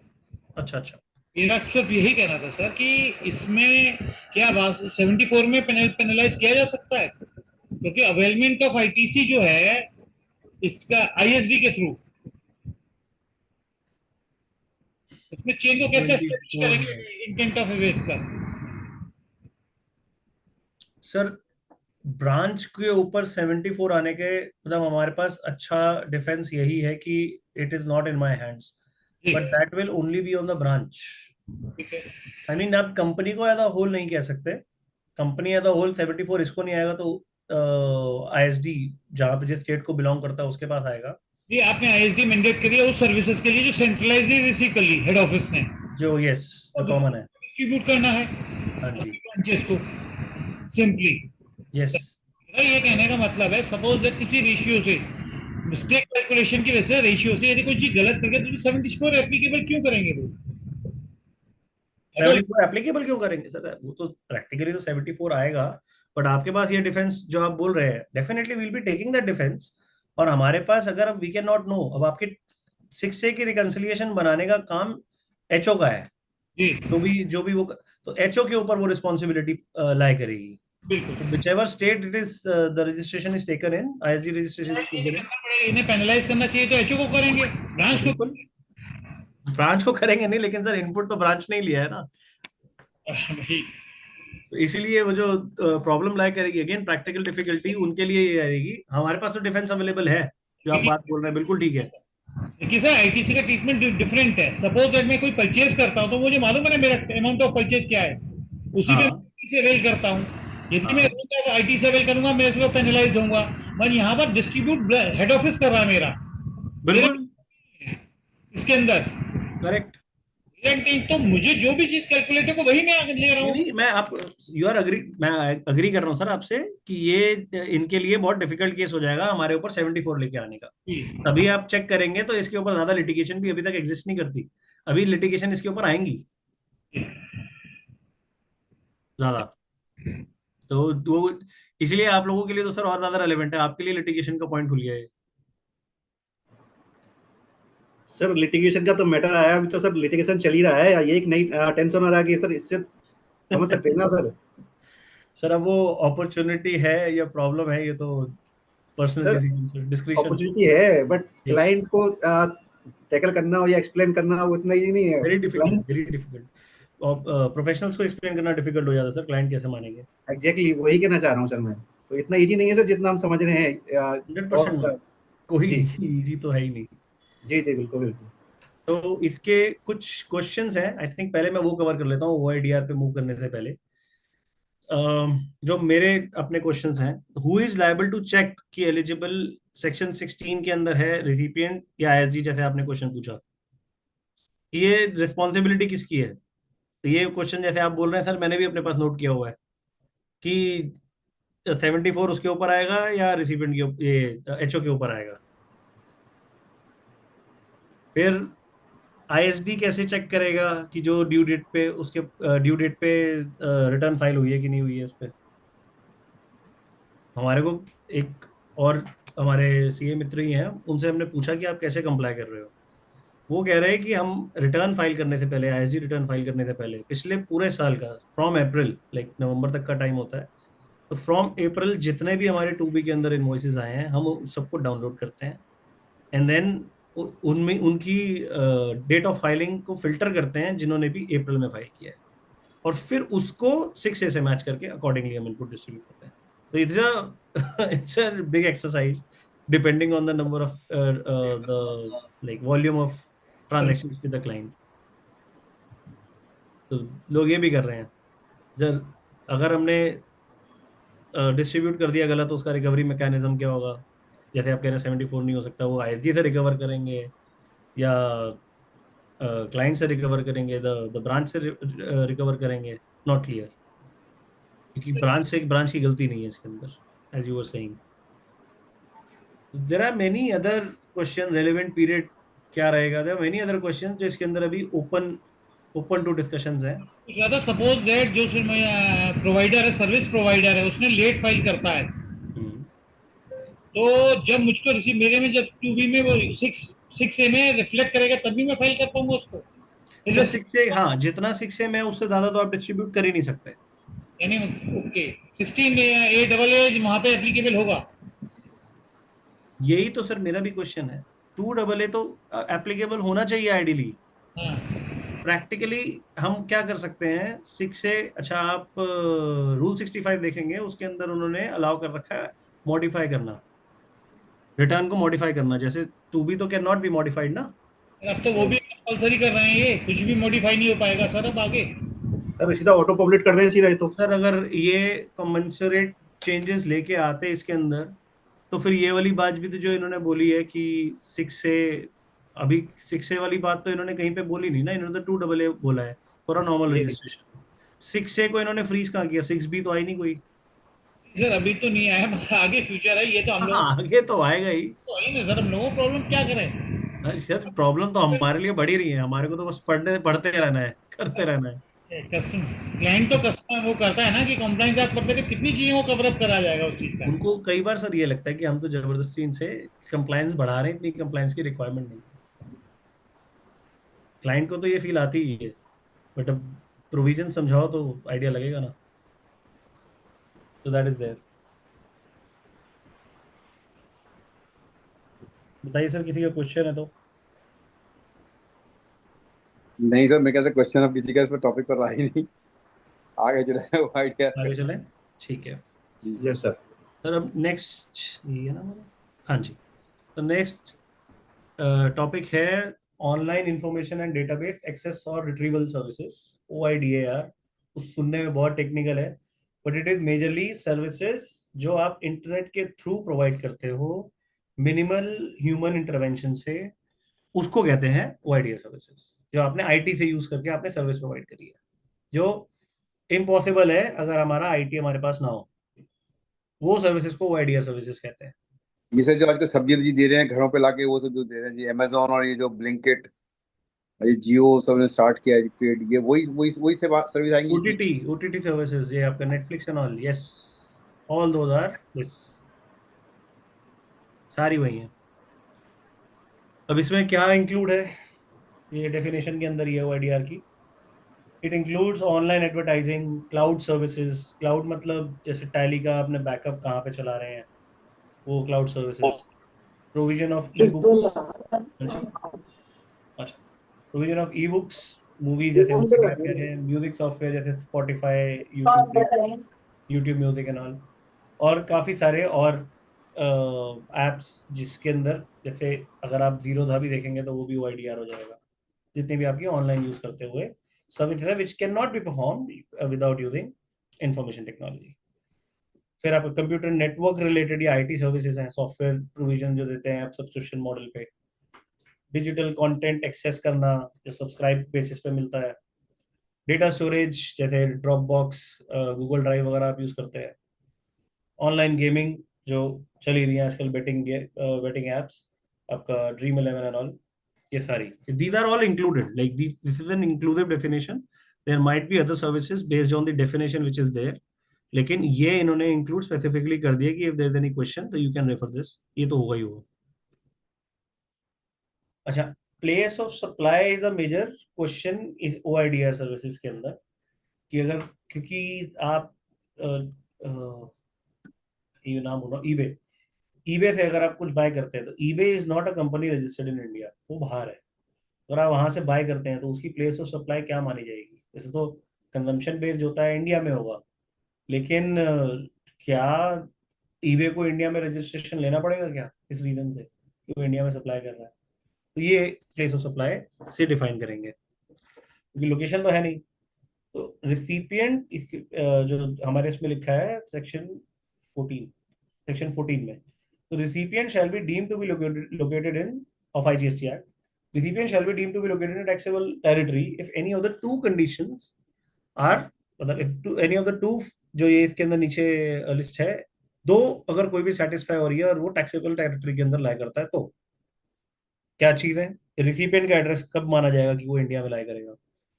Address provided by the recipient through the internet, हमने कहीं पे साइन अप किया, वहां पे हमने एड्रेस पेश किया, वो एड्रेस हमारा इंडिया का था या टैक्सेबल टेरिटरी का था, अगर ये सेटिस्फाई करता है तो एक टिक हो गया out of these three. Issuing location of payment card use, अब IDFC bank, HDFC bank India के अंदर यूज अगर उन्होंने इशू किया है, अगर वो इंडिया का है तो भी वो टिक हो गया, that is second condition. Billing address, चाहे हमारी लोकेशन बाहर की हो, मतलब कॉरेस्पॉन्डेंस एड्रेस बाहर का, लेकिन बिलिंग एड्रेस अगर इंडिया का है तो भी हम टैक्सेबल में माने जाएंगे। तो ये जो लिस्ट लिखी है, IP एड्रेस, बैंक अकाउंट कहाँ पे है जिससे पेमेंट कर रहे हैं, कंट्री कोड जहाँ पे हमने सिम कार्ड यूज किया, ये सारी कंडीशन में अगर कोई दो इंडिया में लाई करती है तो हम प्लेस ऑफ सप्लाई इंडिया में लाई करेंगे। This is the provision. आगे बढ़ो। यस जी सर। ठीक है, अब रजिस्ट्रेशन इसके अंदर कैसे फॉल करती है, ये एक क्वेश्चन था। तो अगर आपकी लोकेशन इंडिया में है, मतलब सप्लायर की लोकेशन इंडिया में है, रिसिपिएंट की लोकेशन भी इंडिया में है, चाहे रजिस्टर्ड हो चाहे अनरजिस्टर्ड हो, अगर सप्लायर इंडिया में है तो चार्जेबिलिटी फॉरवर्ड चार्ज सेक्शन 9 जैसे नॉर्मल फ्लो करता है वैसे ही करेगा। ठीक है, अगर location of supplier is outside India, जैसे ईबे का एग्जांपल लिया, लेकिन रिसिपिएंट इंडिया में है और वो रजिस्टर्ड है, तो ये तो हो जाएगा इंपोर्ट ऑफ सर्विस, तो उसके अंदर RCM लग जाएगा। अगर रजिस्टर्ड, अगर और रिसिपिएंट इंडिया में कैसे है वो उसके लिए अभी ये ऊपर देखना है, ये वाली चीज है। ठीक है, अगर इंडिया में रिसिपिएंट है और सप्लायर बाहर है तो वो RCM में आएगा, अगर रजिस्टर्ड है इंडिया में तो। फिर सप्लायर आउटसाइड इंडिया है, रिसिपिएंट इंडिया में है लेकिन अनरजिस्टर्ड है, तो इंटरेस्टिंगली यहाँ पे फॉरवर्ड चार्ज लगेगा, और जो बाहर वाला बंदा है उसको इंडिया में रजिस्ट्रेशन लेनी पड़ेगी। ये एक पेन पॉइंट है बाहर वाले बंदों के लिए। That's why they are not able to, they don't want to come to India, कि बाहर अगर हमने कोई सर्विस इंडिया में देनी है तो हमारे को इंडिया में रजिस्ट्रेशन लेनी पड़ जाएगी। They don't want to cater Indians, तो कभी भी अगर उनका span of area if they want to cover, तो they try to keep India out of it, क्योंकि उनको इंडिया में कंप्लायंस करनी पड़ जाएगी। This is a pain point. अगर location of supplier is outside India और recipient, sorry, location of supplier is India और location of recipient is outside India, वो एक्सपोर्ट हो गया, यस, वैसी टैक्स लगेगा। और location of supplier is outside India और रिसिपिएंट भी आउटसाइड इंडिया, तो कुछ तो outside the purview of GST हो जाएगा। तो दिस इज, यहाँ पे प्लेस ऑफ सप्लाई का इसलिए बड़ा रोल था कि हमारे को रिसिपिएंट कहाँ पे फॉल कर रहा है वो आइडेंटिफाई करना जरूरी है। ठीक है, ये इसके अंदर है कि सप्लायर और रिसिपिएंट, अब सप्लायर अगर नॉन टैक्सेबल टेरिटरी में, जैसे मैंने बताया आउटसाइड इंडिया, एक तो उसको, और हमारा रिसिपिएंट जो है वो अनरजिस्टर्ड है और टैक्सेबल टेरिटरी में है, तो RCM तो है नहीं, तो उनको एक तो रजिस्ट्रेशन लेना पड़ेगा, जैसे मैंने आपको बताया REG 10, इसका फॉर्म जो है वो REG 10 है। अब वो कैसे होगा, उसको एक ऑथोराइज रिप्रेजेंटेटिव इंडिया में रखना पड़ेगा, या तो ऑलरेडी होगा या नहीं होगा तो उसको अपॉइंट करना पड़ेगा, और उस ऑथोराइज रिप्रेजेंटेटिव की डिटेल्स के बेस पे रजिस्ट्रेशन फाइल होगी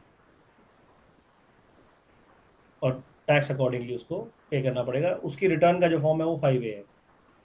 ये ऑब्वियसली ये जब एप्लीकेबल होगा, इट्स अ लिटिल रेयर, जब बाहर का कोई अनरजिस्टर्ड सप्लायर इंडिया के किसी अनरजिस्टर्ड बंदे को सप्लाई कर रहा है तो उसको रजिस्ट्रेशन लेनी पड़ेगी सर्विस। ठीक है, अच्छा, इंटरमीडियरी का कॉन्सेप्ट यहाँ पे रेलेवेंट इसलिए है, कुछ केसेस ऐसे हैं, जैसे उसके अंदर था ना कि मल्टीपल कंडीशन में से अगर 2 सेटिस्फाई हो रही हैं तो the recipient will be considered to be in the taxable territory. वैसे इंटरमीडियरी के लिए भी ये है कि अगर इन 4-5 कंडीशंस में से अगर वो सेटिस्फाई कर गई तो इंटरमीडियरी को माना जाएगा कि वही सप्लायर ऑफ सर्विस है, मेन सर्विस। इंटरमीडियरी का मतलब होता है कि if it is arranging services apart from their own service, मतलब वो अपनी कोई सप्लाई तो कर ही रहा था सर्विस, वो किसी और से कुछ अरेंज करके भी दे रहा था, तब वो इंटरमीडियरी माना जाता है। तो अगर उसने किसी से अरेंज करके भी दिया सर्विस, उसको भी उसी को सप्लाई, उस सर्विसेज के लिए भी इंटरमीडियरी को ही सप्लायर माना जाएगा for the purpose of OIDAR, अगर उसकी ये वाली कंडीशंस फुलफिल हो गई तो।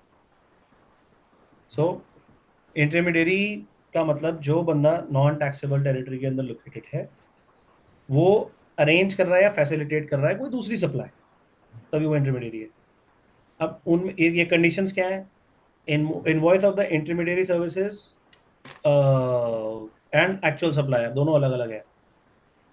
इंटरमीडियरी इधर कलेक्ट्स या प्रोसेस पेमेंट करता है या रिस्पॉन्सिबल है उन उसको उसकी पेमेंट करवाने के लिए। अगर ये करता है, अगर इंटरमीडियरी की ये रिस्पॉन्सिबिलिटी है ओरिजिनल सप्लायर और रिसिपिएंट के अंदर, और या वो हमारे टर्म्स वो डिसाइड कर रहा है, वो सेट कर रहा है, इंटरमीडियरी सेट कर रहा है दी ओरिजिनल सप्लायर के साथ जो मेरे रिसिपिएंट के एग्रीमेंट्स है, वो अगर इंटरमीडियरी सेट कर रहा है तो माना जाएगा कि इंटरमीडियरी ही सप्लायर है, and then intermediary has to take a registration in India in case the Indian recipient is not registered. सारे रजिस्ट्रेशन, सारे कंप्लायंसेस उसके हो जाएंगे इंटरमीडियरी के as a supplier.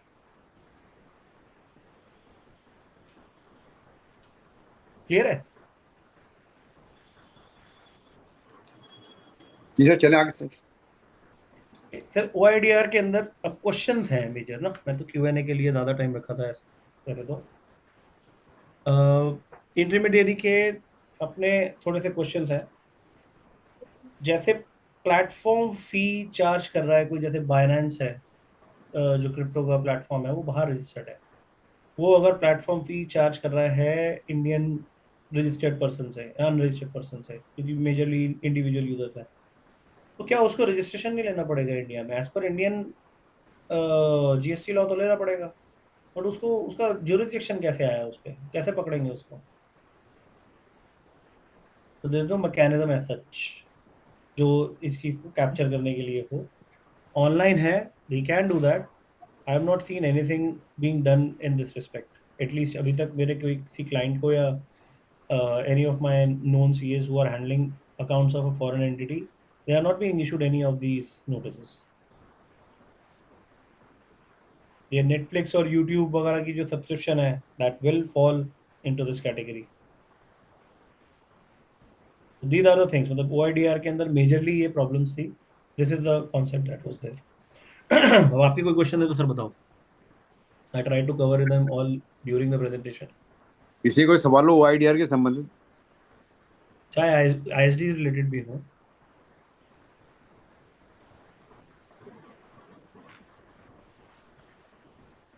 Rajiv Solanki ji, Noida. Sir question तो बहुत ज्यादा हैं, पर उसके लिए मेन चीज यही है ना कि क्लाइंट को हम कैसे उसको कन्विंस करें वही चीज के लिए। लाइक मैं पहले भी डिस्कस कर चुका हूँ सर के साथ में। मेन थिंग आता है क्लाइंट के साथ में हम कैसे उसको अंडरस्टैंड करें, देन अदर प्रोफेशनल उसको कैसे टेकल करें, सबसे बड़ा मेन इश्यू है। सेकंड थिंग जो आपका सर जो सेकंड आपको टॉपिक चला है, मे बी सर ये टॉपिक जितना एप्लीकेबल होता है, आई थिंक मेरे अकॉर्डिंग ये MNC कंपनियों के ब्याह पे ज्यादा कुछ रिलेवेंट है। सर आप रिसिपिएंट तो हैं ही। यस सर, वो तो सर रिसिपिएंट नहीं सर, रिसिपिएंट तो है बाहर की सर्विसेज के। यस, प्रोवाइडर नहीं है मेजरली रिसिपिएंट है सर। यस तो वो तो सर ऑनलाइन बाहर के बंदे तो फिर वो मेजरली तो MNCs होती हैं। नहीं, बट इसके अंदर सॉफ्टवेयर भी है सर। सॉफ्टवेयर अगर हम किसी से ले रहे हैं जिसके ऑनलाइन सब्सक्रिप्शन है, कैनवा है, ChatGPT सब्सक्रिप्शन है, ये भी सब इसके अंदर कवर होता है। प्रॉब्लम ये है कि इनके कंप्लायंसेस कैसे हैंडल हो रहे हैं, I have no idea. No one I know is handling the. अब ChatGPT is not registered, it's not a registered company in India. आप इसको पे भी करोगे, डॉलर्स में करोगे। यस श्योर, वो भी मोस्टली जितना भी ऑनलाइन परचेजिंग करते हैं वो सारा डॉलर में सीधा कन्वर्ट हो रहा है, ना कि इंडियन रुपीस में होता है। सो OIDR के अंदर तो वो सब्सक्रिप्शन मॉडल भी कवर हो गया। तो are they not required to take a registration in India? But if they were taking a registration in India, the charges would have been in rupees majorly. Sir एक मेरा question ये है कि ये ऑनलाइन डिजिटल कॉइन्स जो आपका चल रहा है, जो करेंसी वाला है, इससे रिलेटेड क्वेश्चन है, क्या ये इसमें कवर होता है सर? आप क्रिप्टो करेंसी की बात कर रहे हैं? जी यस सर। तो crypto currency is a trade ना, वो तो मनी एक्सचेंज, मनी की डेफिनेशन के अंदर वो आया नहीं है। तो आइडियली कवर होता है, अगर आप, ये आप खुद भी चेक कर सकते हैं, जैसे वजीर एक्स तो बंद हो गया, कॉइन डीसीएक्स से अगर आप कोई ट्रांजेक्शन करते हैं तो उस पर जीएसटी लगता है। ओके, यदि हम रजिस्टर्ड पर्सन है तो हम, यदि मैं रजिस्टर्ड पर्सन हूं तो मैं जीएसटी क्लेम कर सकता हूं क्या? वो इनपुट क्लेम कर सकते हैं, अगर आप आउटवर्ड सप्लाई कर रहे हैं तो yes. Okay, but point is वही है, आप outward supply of crypto currency कहाँ कर रहे हैं? तो ये ना P2P ट्रांजेक्शन होती हैं, अगर आप उसमें देखेंगे, ये P2P ट्रांजेक्शन मतलब पर्सन टू पर्सन डायरेक्ट, तो उस पे प्लेटफॉर्म इन्वॉल्व ही नहीं होता, तो जीएसटी नहीं लगाता है वो। ठीक है। ये आर प्रैक्टिकल प्रॉब्लम्स, मतलब ये आप अगर आप लीगल पॉइंट ऑफ व्यू से देखेंगे तो डेफिनेटली जीएसटी लगेगा, बिकॉज मनी की डेफिनेशन के अंदर अभी इसे इंक्लूड नहीं किया है, तो GST is applicable. Yes. Digital asset that is being transferred. Okay, Shiv Kumar Gupta ji, कोई आपका सवाल है क्या? सर मेरा क्वेश्चन ये, जो हम इंडिया में हैं, वो ओडीआई है मैं आर के अंदर, और मुझे कोई सर्विस देनी है, सपोज कीजिए यूएस में, और वो हमने ली है जापान से। जब हम खाली यहाँ से एक दूसरे के कॉन्ट्रैक्ट करा के बीच में कमीशन हमको मिलता है, तो मेरी क्या पोजीशन बनेगी? आप कंसल्टेंट हैं, कोई ट्रांजैक्शन हो रही है between US and Japan entities, जी जी जी। आप यहाँ पे कंसल्टेंट है, आप इनवॉइस कर रहे हैं उनको? नहीं, मैं इन्वेस्ट नहीं कर रहा हूँ, मुझे खाली उस ट्रांजेक्शन के अंदर कमीशन मिल रही है। तो अच्छा, आपको कमीशन मिले, तो you are acting as an intermediary located in India, या एंड आप फैसिलिटेट कर रहे हैं transaction between US entity and Japan entity, या आर द सप्लायर हेयर। तो यहाँ पे लोकेशन ऑफ सप्लायर आता है, ये एक प्रॉब्लम है। यहाँ the place of supply will lie जहाँ पे सप्लायर लोकेटेड है, आपकी यहाँ पे आ जाएगी, एक्सपोर्ट और सर्विस बनती नहीं है, because place of supply India में लाई करता है। लेकिन सर हम तो खाली इंटरमीडिएटरी हैं, इंडिया से कोई मतलब ही नहीं, यूएस जापान के बीच में मैं ट्रांजेक्शन कर रहा हूँ, देन उस पोजीशन पे सेक्शन 13 और ना ही हमें वो अमाउंट मिल रहा है जो एक दूसरे का ट्रांजेक्शन पे एक दूसरे को दिया जा रहा है। हम तो खाली सपोज की सम अमाउंट हमें कमीशन मिला जा रहा है तो उस मैं अपना कंडीशन पे। पेन तो समझ रहा हूँ, लेकिन आप इस पे देखेंगे बहुत सारे केसेस ऑलरेडी ही चल रहे हैं कि आइडेंटिफाइंग, आपका तो केस जैसे बिल्कुल क्लियर है कि आप हो कमीशन कमीशन एजेंट ही हो, लेकिन जिनके केस में कमीशन नहीं भी होता उनको भी वो कमीशन में इंक्लूड कर देते हैं। सेक्शन 13, आई थिंक 13 क्लॉज 14 है, मैं आपको बता देता हूँ देख के। उस केस में the location, place of supply will be the location of supplier, intermediary के केस में। बताता हूँ आपको, 12 है शायद, नहीं,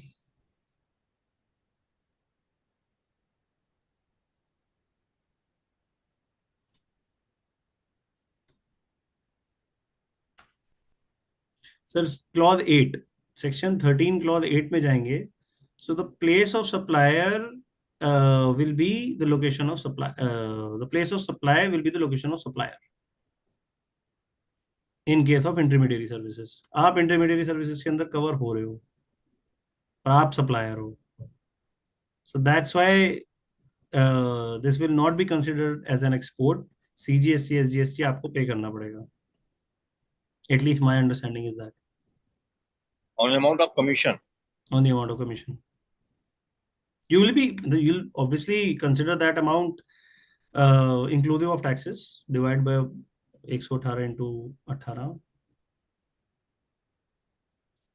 but that is what it is.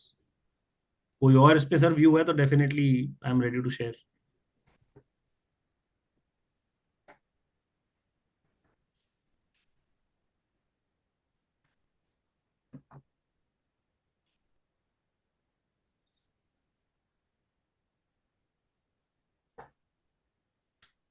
किसी को सवाल हो इस बारे में?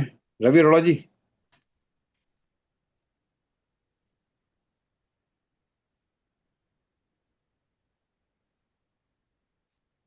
संजय मंगल जी।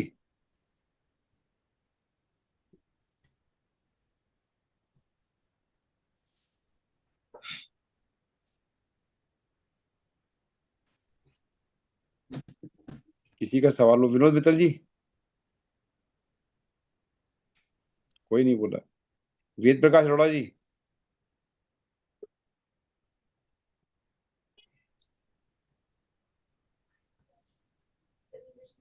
वेद प्रकाश अरोड़ा जी, किसी का सवाल नहीं, कोई पूछ रहा? ठीक है, कोई सवाल नहीं पूछ रहा सर। शिवानी अरोड़ा जी, तो शिवानी अरोड़ा तो मेरे ऑफिस से ही है। अच्छा आप ही के ऑफिस है। कोई क्वेश्चन होगा तो मेरे से ही पूछ लेगी। शैलजा मैडम, शैलजा मैडम आपका सवाल है कोई? सर कोई सवाल नहीं, क्योंकि मैंने लेट ज्वाइन किया है तो पहले मनन करूंगी, इसलिए मैंने पीपीटी मांगी है। पीपीटी सर दे देंगे, पीपीटी मिल जाएगी। पीपीटी से देखिए ज्यादा क्लैरिटी आपको आएगी नहीं। I think this this is recorded session और व्हाट? जी सर, ठीक है, रिकॉर्डिंग देख लूंगी, सेशन। मैं देख हाँ लूंगी पढ़ के मैं अनु, थोड़ी सी हाँ समझ जी, हाँ आ जी, श्योर। जाएगी। मेरा नंबर आप यहाँ पे फ्लैश हो रहा है। In case you have anything you can call me up, drop a mail, whatever. Okay sir, okay okay जी जी ओके। जी जी, थैंक यू। ठीक है sir, I think we can conclude if no questions are there. 5 4 6 sir 7 8 9 मेरा एक 3। छोटा सा क्वेश्चन है, हाँ मे जी, बी आप कुछ में गलत होगा हाँ क्या? हाँ। इसमें OIDR में रिलेटेड कुछ एग्जेम्पशन का कुछ है इसमें ऑप्शन? कुछ सर्विस एग्जेम्प्ट है, नॉन टैक्सेबल का कुछ? सर एग्जेम्पशन तो नेचर और सर्विस पे डिपेंड करेगा। ये तो कोई भी सर्विस ओके। को आप, अच्छा इसमें एक इम्पॉर्टेंट क्वेश्चन जो शायद मैंने कवर नहीं किया, आप अगर, जैसे मैंने आपको बताया कि जहाँ पे मैनुअल इंटरवेंशन कम नहीं चाहिए वही वाली सर्विसेज सिर्फ OIDR हो सकती है। In case you are providing online coaching, तो जो ह्यूमन इंटरवेंशन है मतलब लाइव कोचिंग, वो नहीं है इसमें कवर्ड OIDR में। Okay if it is a recorded session then only it is covered. Okay. Recording like IT से रिलेटेड वो आपका OIDR नहीं cost आएगा। ऑनलाइन जो रिकॉर्डेड सेशंस हैं वो आएंगे OIDR में। अगर जी। लाइव कोचिंग है, कोई कॉन्फ्रेंस आप देख रहे हैं, जैसे हम अगर अभी कोई सेशन कर रहे हैं, अगर किसी इसके लिए आप चार्ज करते हैं, तो these yes will not B OIDR, मतलब these not be governed by the provisions of OIDR। तो उसमें place of supply, registration requirement हम वहां से नहीं देखेंगे। जी नेचर ऑफ सर्विस वही रहेगा जैसे हम नॉर्मल सर्च करते हैं, टीचिंग सर्विसेज दैट। हमारी सर हमारी वेबिनार चल रही है, हम फ्री ऑफ कॉस्ट रहती है जी, हम तो क्या, हम भी सब OIDR में आएंगे क्या? तो जो फ्री ऑफ कॉस्ट है तो सप्लाई नहीं हुई ना। अच्छा। वही, I mean if it is supply and using online services, मतलब information technology, and without human intervention, then it will be considered as OIDR without a minimum. ठीक है, और सवाल ना हो है तो बताएं। जी बताइए। हाँ जी सर, नमस्कार जी। बोलिए सर मेरा थोड़ा इससे टॉपिक से हटके क्वेश्चन है सर, है ना यार? जी बताइए। सर एक हमारा 2017-18 का अपील था और फर्स्ट अपीलेट अथॉरिटी ने डिसमिस कर दिया,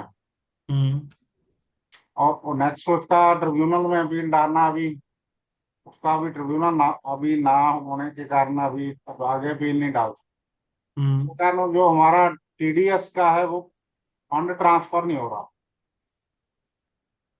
आप GST TDS कह रहे हैं? हाँ जी, GST TDS। GST TDS आपका ट्रांसफर नहीं हो रहा? कैश जो है ना, कैश लेजर बैलेंस वो कैश लेजर? ट्रांसफर। हाँ जी। अच्छा, रिफंड नहीं आ रहा? हाँ जी। हाँ, कैश लेजर की रिफंड नहीं सर, अपना उसको ट्रांसफर करना हमने पेमेंट, TDS की पेमेंट के लिए या GST की पेमेंट के लिए, उसको अपना, तो हमने हमारा TDS कटा हुआ है, उसको आगे हमने यूटिलाइज करना है। तो यूटिलाइज तो आपके कैश लेजर के अंदर आता है TDS का अमाउंट तो। वो सारा जैसे उसमें CGST में या IGST में, उसको आप आगे ट्रांसफर करना है CGST में या SGST अच्छा, में। आपको PMT, अच्छा वो ओके, अपना डिमांड पेंडिंग होने के कारण ट्रांसफर नहीं हो रहा। डिमांड पेंडिंग होने के, तो वो अच्छा, तो वो तो रिकवरी करेंगे ना। सर वैसे तो अभी सर देखिए, आप हमने यही सेकंड तो, अपील में जाना है सर। अच्छा सर वो हो भी नहीं पाएगा। दरअसल में ये चाह रहे हैं कि जो इनका TDS का दूसरा रजिस्ट्रेशन होगा ना, उसमें ट्रांसफर करना चाह रही है। आप TDS रजिस्ट्रेशन में ट्रांसफर करना चाह रहे हैं गवर्नमेंट क्योंकि डिपार्टमेंट? सेम में तो हो जाता है। अगर ये दूसरे टिन पे अपना ट्रांसफर करना चाहेंगे तब नहीं हो पाएगा। हाँ मतलब पैन अगर डिफरेंट है तो। पेन सेम भी हो, सेम अगर पैन दूसरा दूसरा नहीं जीएसटी हो ना जीएसटीएन तो नहीं दूसरा हो ट्रांसफर। तो जीएसटीएन दूसरा रेगुलर में तो हो पा रहा है। I am not very sure about TDS वाला। नहीं सर, रेगुलर अगर में तो डिमांड हो अगर तब नहीं हो पाएगा सर। अगर डिफरेंट अगर हमारी स्टेट या अगर हमारी अग्रीड। फर्स्ट जीएसटी में अगर डिमांड है तो हम हमने दूसरे जीएसटी में ट्रांसफर नहीं कर पाएंगे। लोकल अथॉरिटी को हमने लिख के दे दिया कि हमने सर वो सेकेंडरी डालनी है। हो भी नहीं पाएगा सर वो। होगा नहीं सर, फिर उसका नहीं या तो कैश रिफंड ले सकते हैं, हाँ जी, उधर से आप उसका कैश रिफंड लो, फंड उधर लेके जमा कर दो। वो जमा करवा सकते हैं। जी ठीक है ना, यही हो सकता है, और तो कुछ हल है हाँ नहीं। जी, और कोई तरीका नहीं सर। ठीक है, थैंक यू सर। और किसी कोई सवाल हो? किसी का नहीं सर, तो सबके साथ ठीक है सर। ठीक है, थैंक यू। तो रीच आउट मतलब कब बाद में भी कोई क्वेश्चन आता है because I see that complex topic अभी तो इम्प्लीमेंटेशन होगी। If you topic complicated sir, topic थोड़ा कॉम्प्लिकेटेड है, वकीलों के सिर से थोड़ा ऊपर जा रहा है। मेरा एक क्वेश्चन है, इससे रिलेटेड नहीं है, बट क्वेश्चन ये है कि जो आज का टॉपिक है ये सबसे डिफरेंट और इंटरेस्टिंग टॉपिक है। जी थैंक यू। जितने भी टॉपिक हुए हैं, ये आज का टॉपिक सबसे डिफरेंट, इंटरेस्टिंग और ऐसा टॉपिक है कि जिसपे क्वेश्चन जो पूछे जा रहे हैं ऐसा क्वेश्चन है नहीं कि हमारे पास हमें क्वेश्चन उसका आस्किंग कर सके। सर एक्चुअली ये जब आप इम्प्लीमेंट करना स्टार्ट करेंगे ना बहुत सारे क्वेश्चंस आएंगे इसमें। बिल्कुल क्वेरीज भी तभी होंगी। बहुत सर, सारे सामने प्रैक्टिकल कोई चीज आएगी, सेम प्रोसेस होगा जो स्टार्टिंग में आप डिस्कस किया था, सेम वो चीज डिस्कस होगा आगे, बिल्कुल बेनिफिट होगा, हेल्पफुल होगा। बिल्कुल सर, ये आई एग्री। ये प्रॉब्लम है, ये टॉपिक ही ऐसा है सर। इसीलिए मेरे को सर इंटरेस्टिंग टॉपिक आज का सबसे बेस्ट टॉपिक आज का इंटरेस्टिंग टॉपिक लगा। गुड गुड सर, अगर कोई वैल्यू ऐड कर पाए तो बहुत अच्छी बात है। या थैंक यू जी thank you. Sir sum up करें जी। बिल्कुल सर, कंक्लूड करते हैं। ठीक है, thank you sir, thank you very much. Thank you sir. अब मैं आज रिक्वेस्ट करूंगा अपने पृथ्वी असोल साहब को, जो बैतूल से हैं, मध्य प्रदेश से, कि वो आज का वोट ऑफ थैंक्स करें और उसके बाद राष्ट्रगान करें, उसके बाद हम मीटिंग को समाप्त। जी नमस्कार सर, सभी आदरणीय मित्रों को, अधिवक्ता मित्रों को हमारा बहुत बहुत प्रणाम। हम अवकाश के हमारे सफल वेबिनार 279 में सभी का बहुत बहुत स्वागत करते हैं।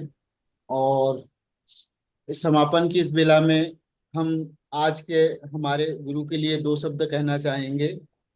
गुरु वो पारस जानिए, करे लोह को स्वर्ण, शिष्य और गुरु जगत में सुंदर है दो वर्ण।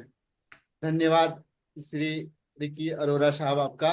हम हमारी तरफ से, हमारे पूरी टीम की तरफ से, हमारे सभी अधिवक्ता मित्रों की ओर से आपके लिए बहुत बहुत आभार व्यक्त करते हैं। माता सरस्वती से आपके लिए प्रार्थना करते हैं वो आप पर ऐसी ही कृपा बनाए रखे। जो आज आपने आपकी सुंदर सी वाणी में हमें जो उद्बोधन दिया है, हमें जो सिखाया है सर, आपने बहुत मेहनत की है सर। विषय वाकई बहुत कॉम्प्लिकेटेड था, पर जिस उससे आपने सिखाया है वो बहुत काबिल तारीफ है सर। धन्यवाद सर, आपका बहुत बहुत धन्यवाद। Thanks sir, thank you. समापन को आगे बढ़ाते हुए हमारे इस वेबिनार, सफल वेबिनार के प्रथम सत्र के जो अभिवक्ता हमारे मित्र श्री अंकित गर्ग जी का भी हम सभी आभार व्यक्त करना चाहेंगे। धन्यवाद अंकित जी, आपका बहुत बहुत आभार। हमारे इस कड़ी को आगे बढ़ाते हुए हमारे शैलेश विश्वकर्मा जी जो हमारे कमांड संभालते हैं, उनका भी हम बहुत बहुत आभार व्यक्त करते हैं। आज सरबजीत सिंह जी ने कराया है, आज शैलेश जी नहीं, शैलेश जी ट्रेन में है अभी। आज सरबजीत सिंह जी हैं, सरबजीत सिंह जी वाले, आज उन्होंने भी हम उनकी तरफ से तो सर आज स्टार्टिंग है उनकी, तो सर उनको तो हम बहुत बहुत शुभकामनाएं भी देते हैं, वेलकम भी करते हैं और ऐसा ही करते रहिए। सिंह साहब आपका बहुत बहुत धन्यवाद, बहुत बहुत आभार सर आपका। धन्यवाद सर आपका, ओपनिंग आज आपने की। वेलकम सर आपका, also welcome, thank you sir. इस कड़ी को आगे बढ़ाते हुए हमारे इस वेबिनार में जुड़े सभी अधिवक्ता मित्र, मातृशक्ति, जिन्होंने बहुत धैर्य पूर्वक हमारे आज के मुख्य वक्ता श्री रिकी अरोरा साहब जी को सुना और उनसे अपना नॉलेज बढ़ाया। हम इस जुड़े हुए वेबिनार से, यूट्यूब से जो भी अधिवक्ता मित्र बंधु मातृशक्ति जुड़े हैं, उनका भी बहुत बहुत आभार व्यक्त करते हैं। सभी को धन्यवाद, सभी को साधुवाद। समापन की अंतिम कड़ी, अब हम सभी से रिक्वेस्ट करना चाहेंगे कि अपने स्थान पर राष्ट्रगान के लिए खड़े हो जाए। सॉरी सर, हमारे आज के, एक सेकंड सर, हमारे आज के जो जनक है, मैं उनका उससे क्षमा प्रार्थी हूँ, उनका नाम लेना भूल गया सर, सॉरी सर। हमारे उनका तो सर आभार सबसे पहले और सबसे अधिक बनता है सर। ये इनकी जिस जो कड़ी है वो ही हमारे आज के जो हमको जुड़े हुए हैं, हमारे आदरणीय हर्ष शर्मा जी, जो हमारे लिए हमेशा चिंतित रहते हैं और इतने मतलब मेहनत करने के बाद ऐसे ऐसे गुरुओं को लाकर हमें नॉलेज बढ़ाते हैं। सर आपके लिए सर बहुत बहुत आभार, आपका बहुत बहुत धन्यवाद। और आप क्षमा चाहते हैं sir, sorry sir, thank you sir. अब इसके लिए हम आगे बढ़ते हुए हमारे सभी मित्रों से आज राष्ट्रगान के लिए रिक्वेस्ट करते हैं कि अपने स्थान पर खड़े हो जाएं। राष्ट्रगान। जन गण मन अधिनायक जय हे भारत भाग्य विधाता, पंजाब सिंध गुजरात मराठा द्राविण उत्कल बंगा, विंध्य हिमाचल यमुना गंगा, उच्छल जलधि तरंगा। तब शुभ नामे जागे, तब शुभ आशीष मांगे, गाये तव जय गाथा। जन गण मंगलदायक जय हे भारत भाग्य विधाता, जय हे जय हे जय हे जय जय जय जय हे। भारत माता की जय। Thank you very much everyone. अगले सप्ताह फिर मुलाकात होगी आप लोगों के साथ शनिवार को, नए टॉपिक के साथ, नए गुरु के साथ।